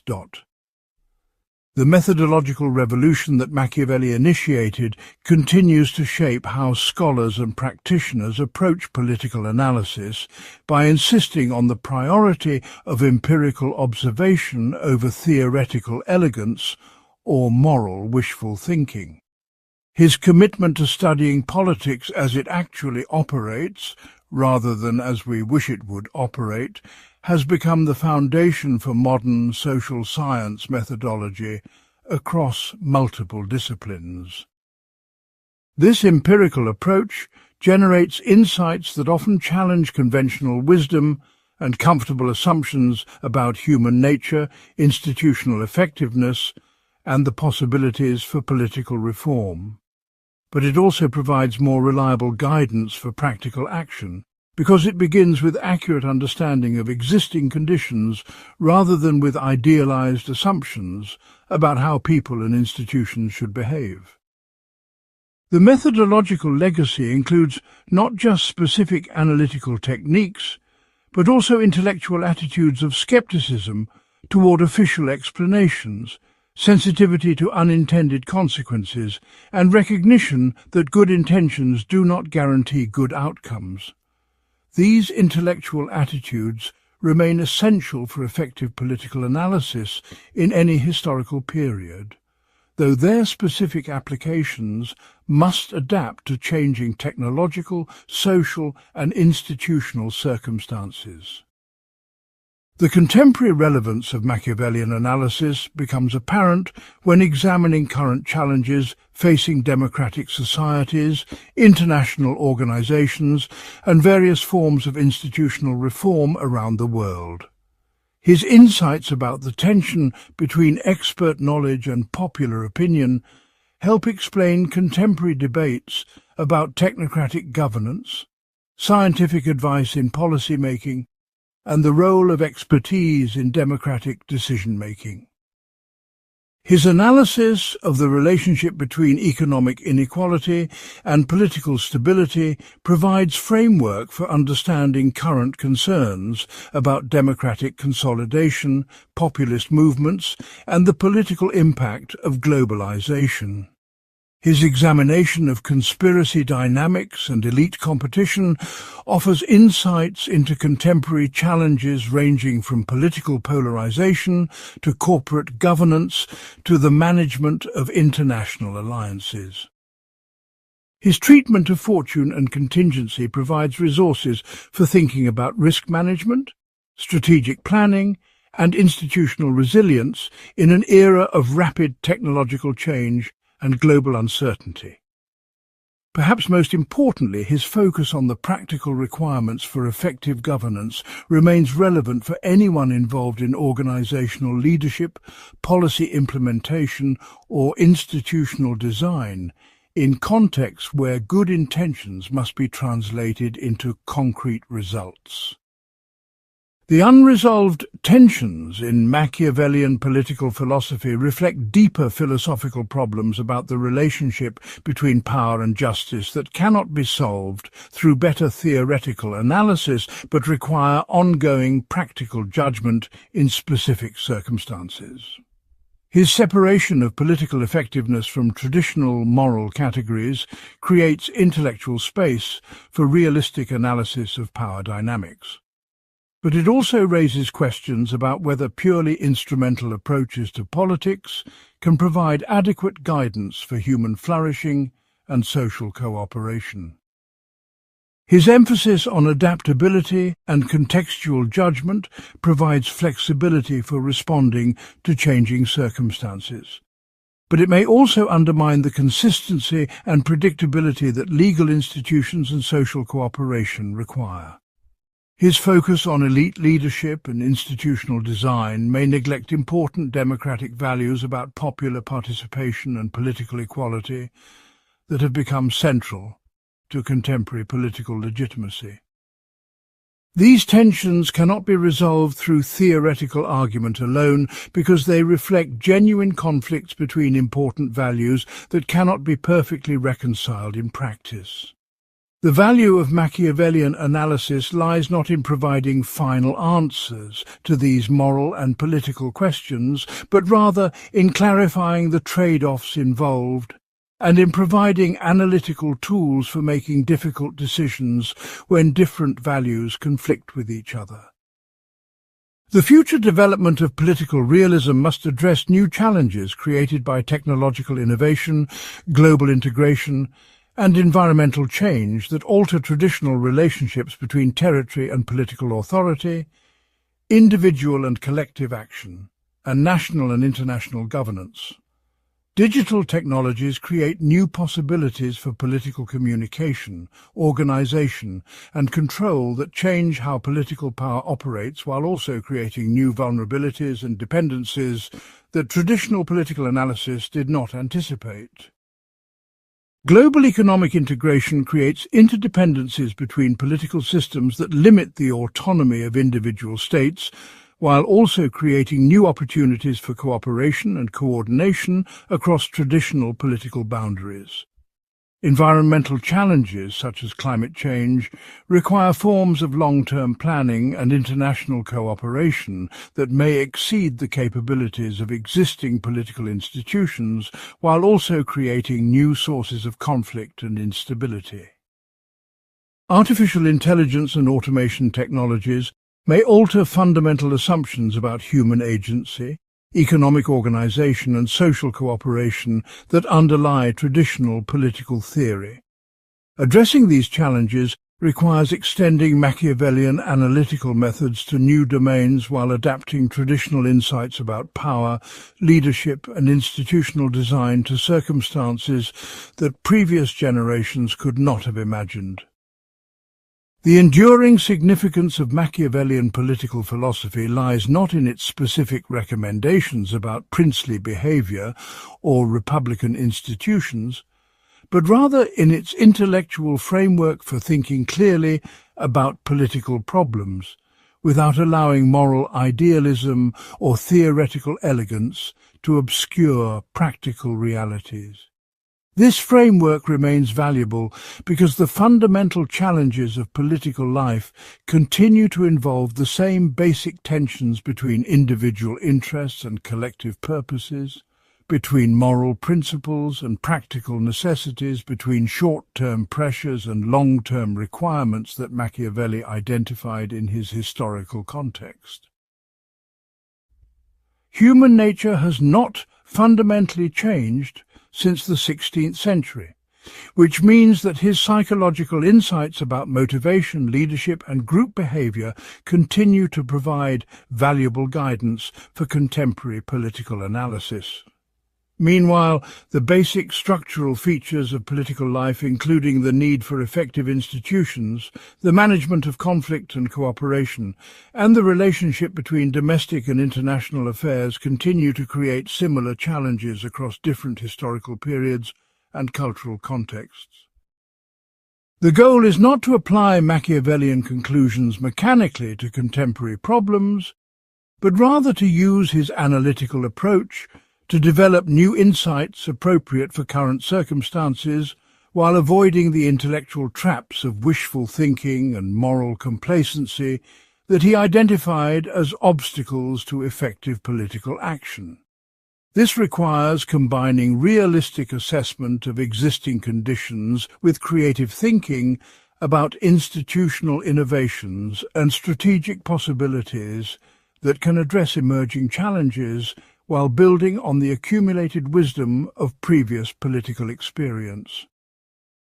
The man who began as a minor Florentine civil servant created an intellectual revolution that continues to influence how people think about power, leadership and governance 5 centuries after his death.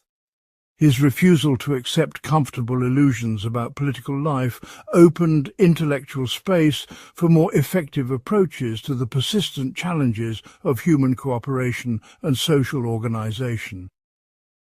But his insights come with responsibilities as well as opportunities, since realistic understanding of political dynamics can be used for both constructive and destructive purposes, depending on the values and objectives of those who apply his analytical methods. The ultimate test of Machiavellian political wisdom lies not in its theoretical elegance or moral purity, but in its capacity to help people build institutions and practices that serve human flourishing while acknowledging the limitations and complexities that make such achievements difficult and fragile. In a world where good intentions remain common, but effective action remains rare, his commitment to understanding politics as it actually operates, rather than as we wish it would operate, continues to provide essential resources for anyone seeking to make constructive contributions to political life.